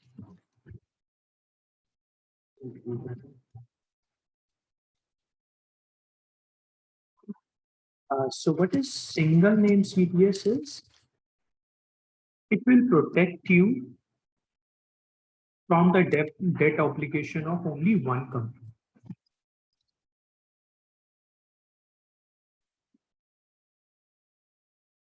Okay. So only one reference entity will protect you against. Whereas in a basket CDS, we also call it portfolio CDS. It protects you, it gives you a protection against more than one company. Okay. So this CDS will say that, okay, if company XYZ defaults, I'll make you the payment. Whereas this CDS will say that, okay, if company ABC, PQR, or XYZ default, I'll give you the payment. I'll compensate you.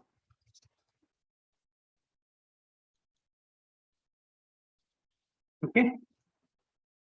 That's the difference between single and basket.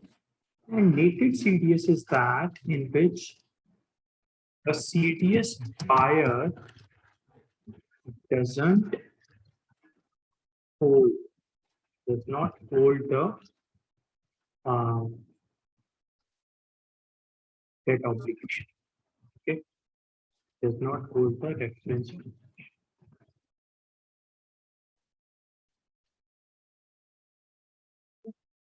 So let's say we talk about John.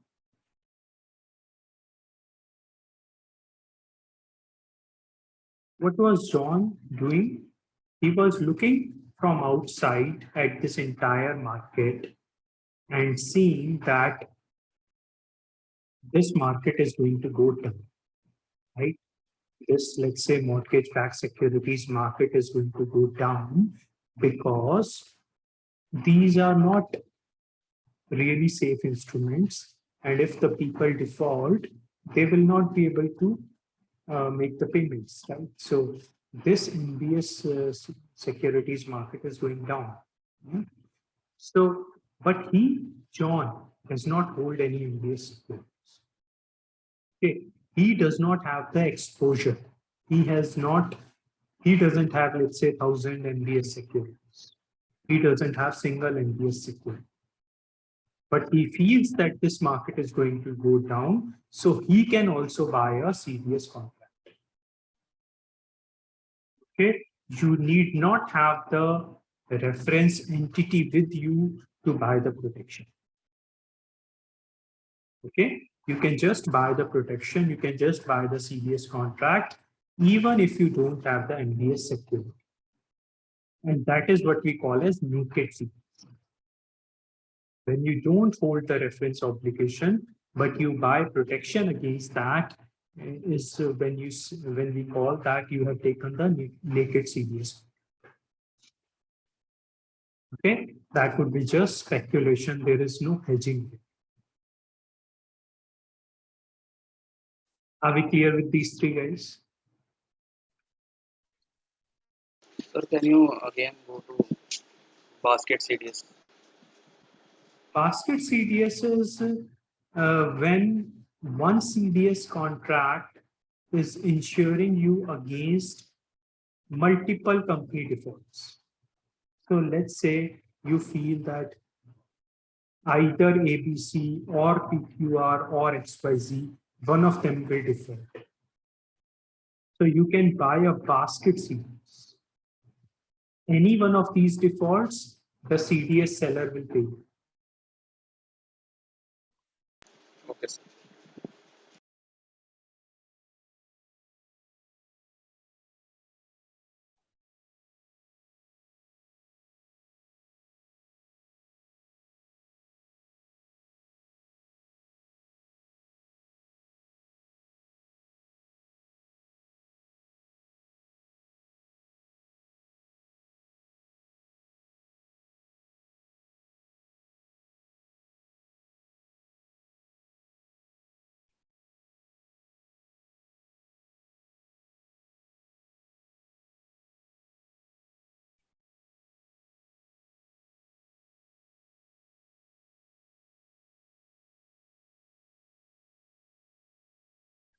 Guys, is everyone clear with the three types of CDS?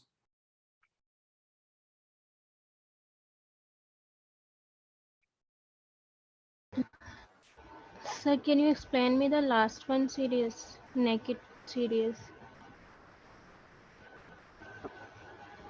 Third one. Nakeds, yeah. Yes, yes. This is, what do we say? We say that here you need to own a car, right? You need to own a car to buy the insurance contract, right? But what is happening in naked CDS is, let's say you don't hold the bond. Let's say you don't hold the bond of the company, or you don't hold the mortgage-backed security of the company, but you are buying the protection against it.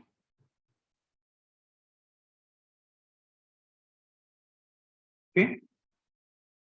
You don't hold the reference obligation, but still you are buying the protection. Okay?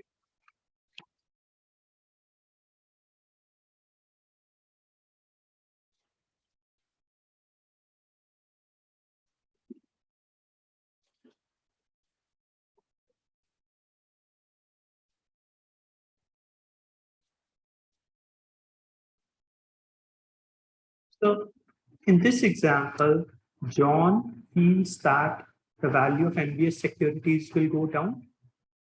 He does not hold any MBS securities.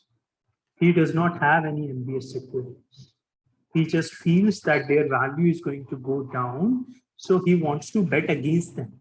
He wants to short them. Okay? Okay, okay. No, I got it.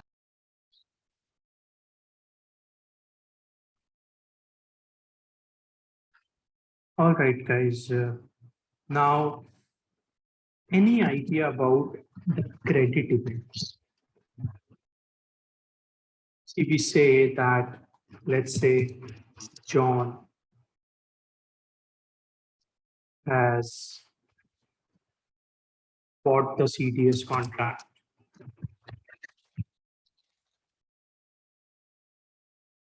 from the CDS seller.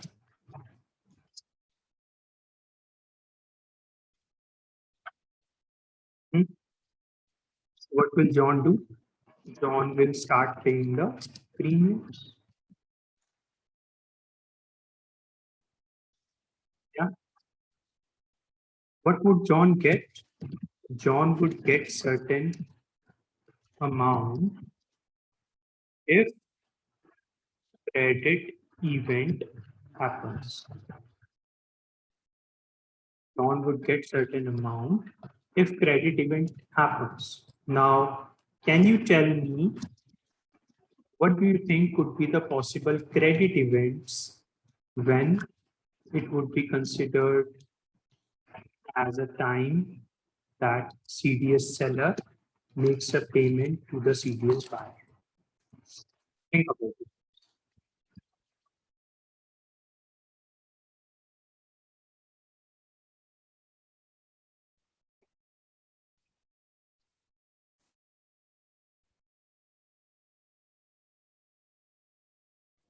When the prices of MBS actually started to go down due to the default by the buyers of the loan.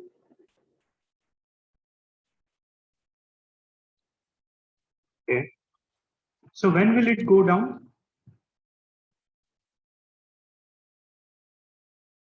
When the people are not, in a position to repay their loan amount. Yeah. So let's say that there is a bankruptcy. So the company which issued the bonds, company XYZ that issued the bonds went bankrupt. Okay. So obviously they cannot make the payments, right? They have gone bankrupt. They are not able to survive due to unavailability of funds. So they don't have any funds left. So they will not be able to make the coupon and principal repayments, right? So that would be considered as a credit event when the value of the bonds will fall. Yeah. The bonds issued by company XYZ, the value of those bonds will fall because now there'll be no coupon payments, no interest payments on that bond, right? So in such a case, the CDS seller would need to pay to the CDS buyer. Okay. Any other scenario, guys, apart from bankruptcy?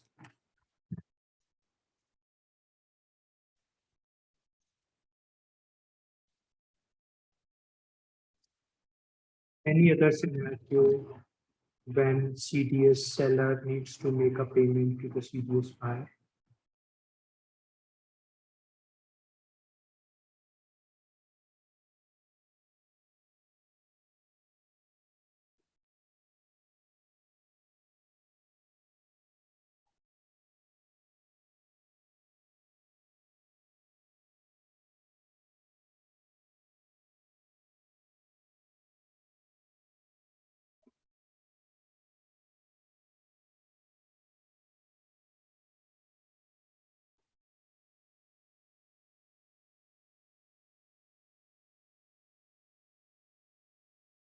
Guys, you might have heard the term moratorium. Okay. So what is that? The company is facing losses, let's say, okay, temporary. So they are not able to make coupon payments for some. That's what we also call as a credit event. Obviously, if that is happening, the value of the bonds will go down, right? So if such thing happens, then we will say that credit event has happened. In that case, the CDS seller needs to make a payment to the CDS buyer. Okay. Have you heard the term moratorium, guys? In these COVID times, you must have heard it. Yes, sir. But in the Morium, I see in the news say that banks give banks banks raise the loan from some institution, and they only pay the not pay the interest, but they only pay the premium for the, let's say, 2 year, 3 year, but not the interest in this.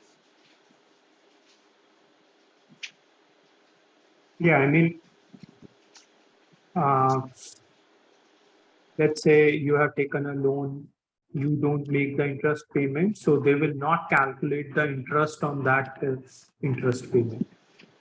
Yeah. Yes. So that was the case here. But let's say the company is facing temporary losses, maybe because of COVID or because of natural disaster in a country, or maybe because they themselves faced losses in the operations. So due to any reason, they are not able to make coupon payments for some time. That would be called as moratorium. The third would be restructuring. Restructuring is, let's say, the company is going major changes. The company is undergoing major changes in terms of, let's say, management. Yeah. So they are completely changing the management of the company, or they are or they are changing the uh, organizational structure, operational structure, and let's say they were working as a combined unit. Now they want to divide the company into three business segments. So they are doing some major changes, and all these changes require some time and money, right? So for some time, they don't have the capacity to make the coupon payments. So they are not able to make the coupon payments for this time when they are undergoing this restructure.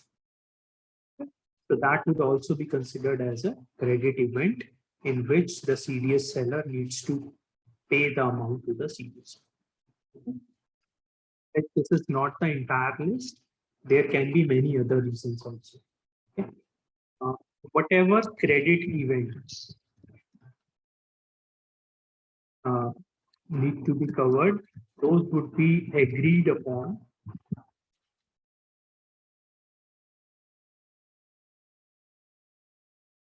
uh, at the time of entering into the contract.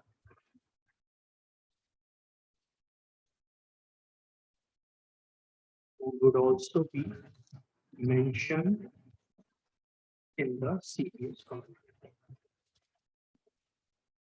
As I said, these are negotiated contracts between the two parties. So obviously,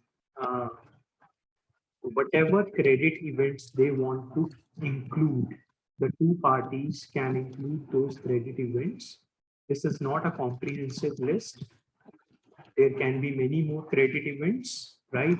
So whatever credit events they want to agree upon, that will be decided at the time of entering into this contract, and those would be mentioned in the contract also.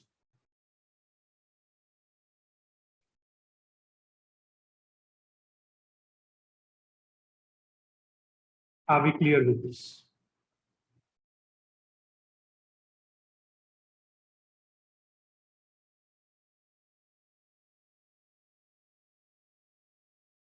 Yes or no? Yes, sir.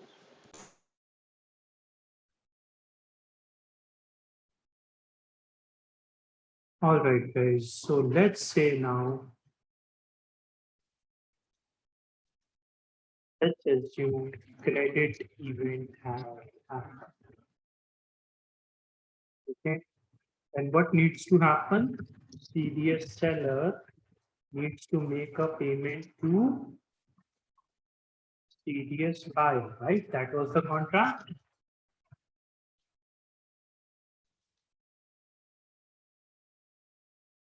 Yeah. What would be that amount? Any idea? What would be that amount?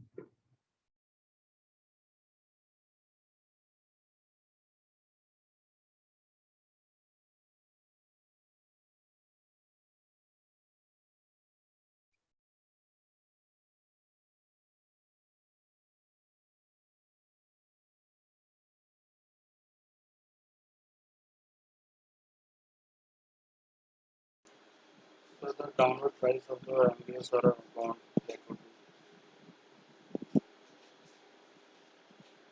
See, guys, we call it loss given default. We call it loss given default. Okay. If default happens, then what is your loss? So loss given default would be the amount which the CDS seller will pay to the CDS buyer in case of a default or the credit event from the reference entity. Okay. Loss given default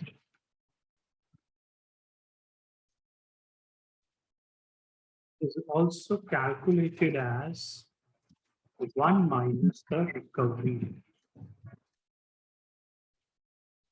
Okay, 1 minus recovery. What does this mean is, let's understand what is recovery. So let's say there is some person, let's say Kunal.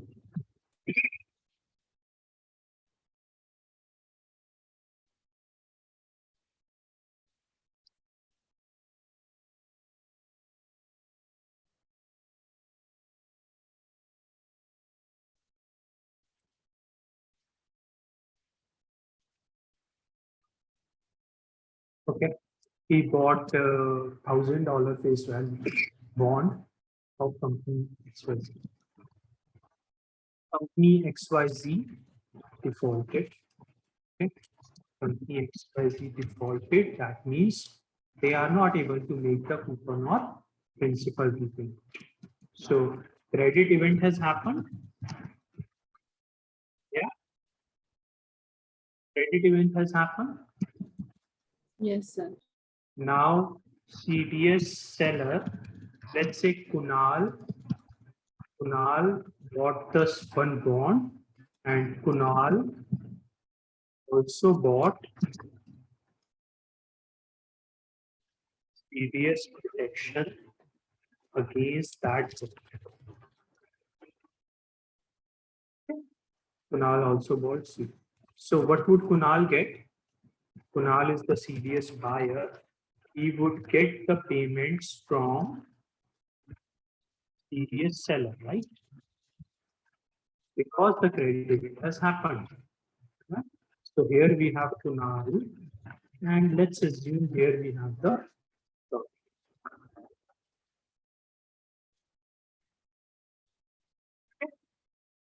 So here we have Kunal, and here we have the Deutsche Bank.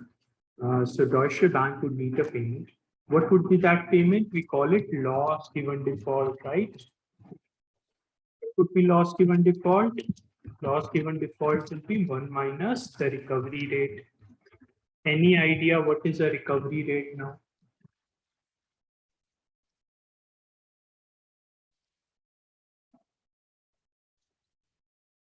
Any guesses, guys? Name suggested. See, when this happens, what will happen to the what will happen to the price of the bond? Goes down. Goes down. Decreases. Value or price of the bond would obviously go down. And I can say significant, right?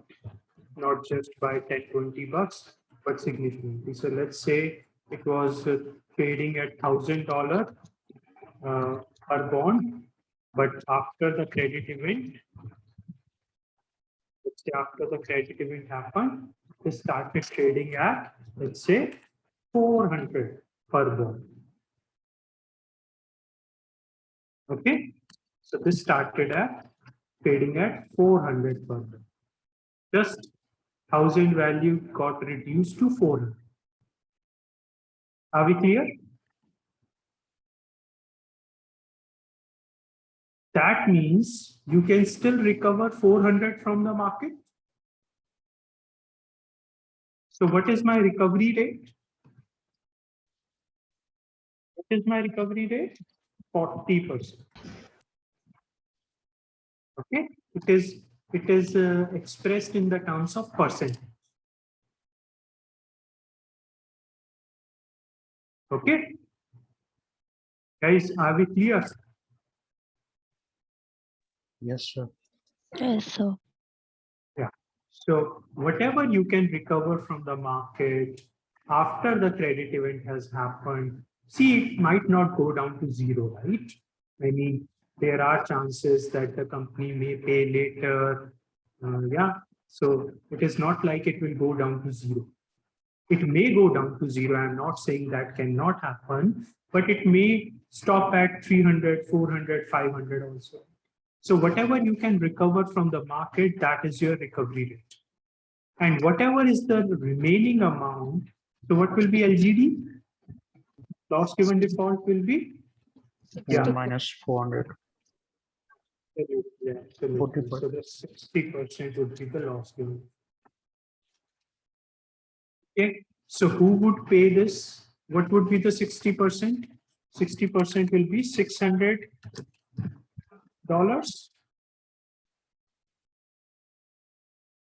So $600 would be paid by the CDS seller, that is the Deutsche Bank, to the CDS buyer, that is the. Got it? Yes, sir. Okay, so you imagine Kunal, let's say Kunal was holding $1,000 face value bond and he was paying a premium of, let's say, $10 every year to Deutsche Bank. Every year he was paying $10 as a premium, but in case something happens, he gets 600. Okay, so you pay a small amount as a premium, but you get a lot. Yeah, Sir, yeah. will he get the premium also or just the No, no, no. MGD? This is gone. Premium is gone.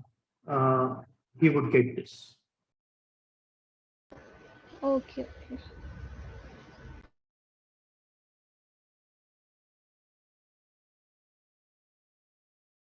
Okay, please note it down, guys. If you have any doubt, let me.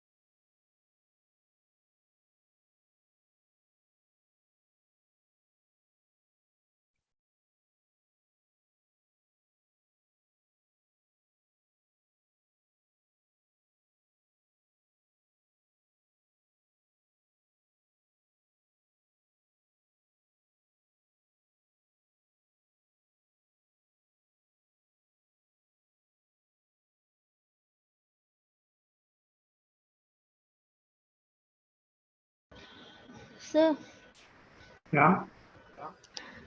I have a question that why would Kunal or CDS buyer will buy that bond if he knows the that company or bank will be in default and he still have he will get $600 400 he is still in loss of 400 and premium he will also not get the premium, then why would he buy that bond when he knows that he will be in loss? Okay. See, first of all, Kunal doesn't think that this company will default, but he wants to be sure. Okay. In case it defaults, it's not that he maybe he bought the bond in, let's say, 2000, in 2005. Let's say in year 2005 he bought the bond. At that time, the financial position of company XYZ was very good, so he never had any problem.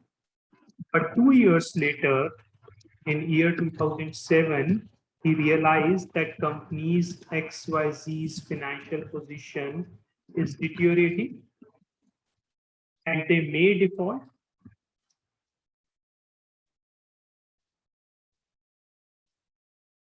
Got it? Let's say it's a 10-year bond. So he has the bond for 10 years, right? Yes. Now, after 2 years, he thinks, okay, I think the company is in trouble. The company may default. So let me just buy the insurance. Let me buy the protection against it. In case they default, I'll not be worried, right? Okay. So that answers your first question. Your second question was, he is losing 400. He is not losing 400. Okay. Why he's not losing? Because this he can recover from the market. I mean, if he's having the bond, he can sell this bond for 400, right, in the market. So he can get 400 from the market and 600 he would get from the protection seller. Okay. Sir, Yeah. sir, but the 400 goes down in the market and there is no enough buyer or the seller of this bond. So what's that on that situation? So whatever is the amount, the rest would be paid by the CDS seller. Okay.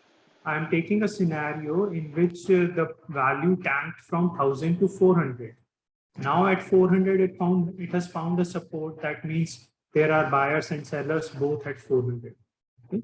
So you can sell in the market and get 400 from the market. The remaining 600 would be paid by the CDS sell, the protection sell.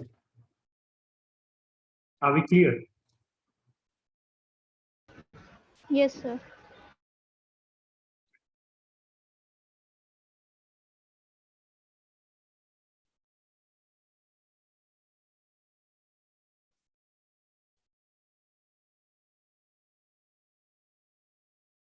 Let's try one question.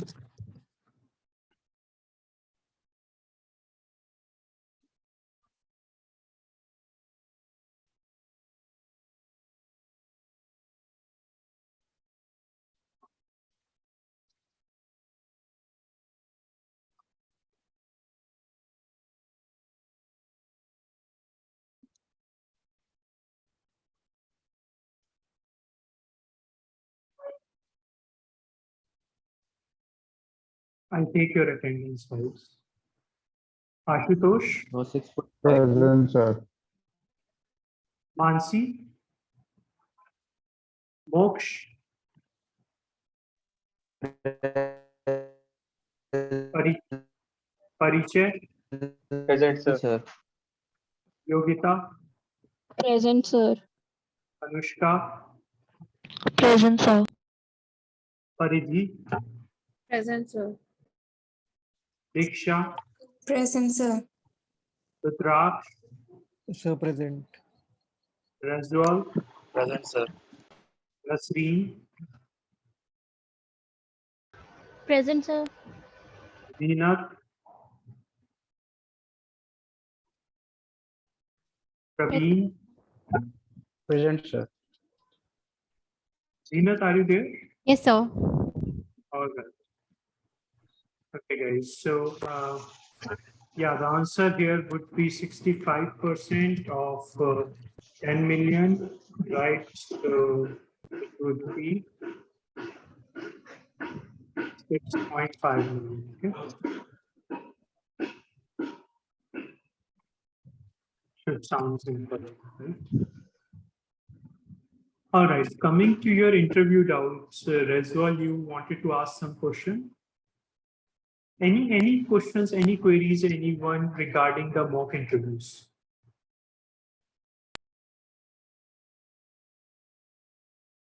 So can you please explain a little bit? Yeah, see guys, I'll tell you what is expected from your side. First of all, you should join the link 2 minutes before your scheduled time. Okay. And wait for me to enter. Okay. I'll be completing my previous mock interview and I'll be joining to this link, but you should be here 1 or 2 minutes prior to the scheduled time. Okay, so let's say Yogita has a time of uh, 12:30 p.m. So Yogita should join at 12:28 p.m. and she should be available in that link. Secondly, as soon as I join, switch on your audio and video. Okay. And guys, you need to check these things beforehand. So make sure your laptop is positioned in a way that when you sit in front of the laptop, there is enough lighting in the room. Your laptop's mic is working properly. You can hear from the laptop. Your video camera is working properly, and you are clearly visible in the camera.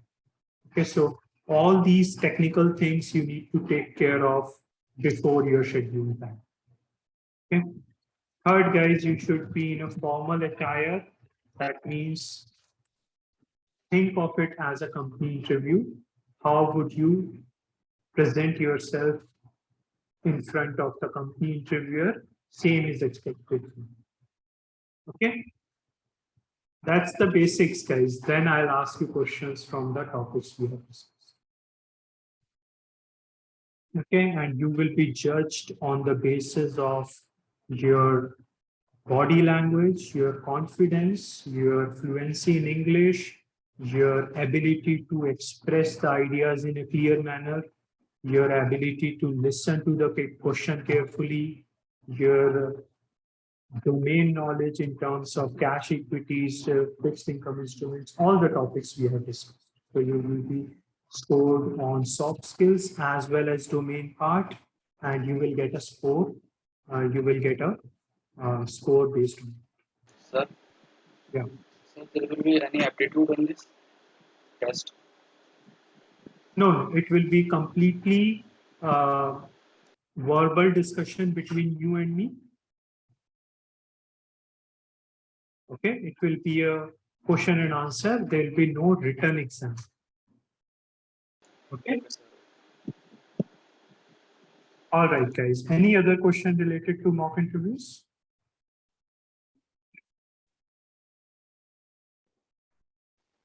So do we have to prepare from the LMS also, or the classes are enough? So guys, whatever we have discussed in the class, it is the same as what we have on the curriculum, and I am covering all the important topics in the class itself. So what I expect from you, if you know whatever has been discussed in the class, that's it. Okay. So I'll ask you questions only from what we have discussed in the class. If you are good at it, you can crack my interview, you can crack any company interview as well. So can we join through our phone? No, guys, please join through your laptop. If you join through phone, what happens? There is a lot of movement. Yeah. Laptop is stable at a place, but the phone moves, right? So there is that disturbance. There is a distraction. So please try to join from your laptop. And So actually my laptop is too old. So that's why I was asking. that's up to you, buddy. I mean, what will you do in a company interview? It's your call. Okay, sir. All right, guys. Any other question?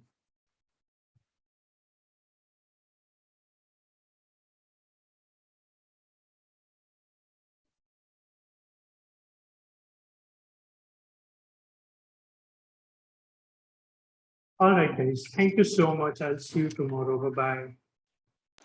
Thank you, sir. Thank you, sir. Thank you, sir. Thank you. Thank you, sir.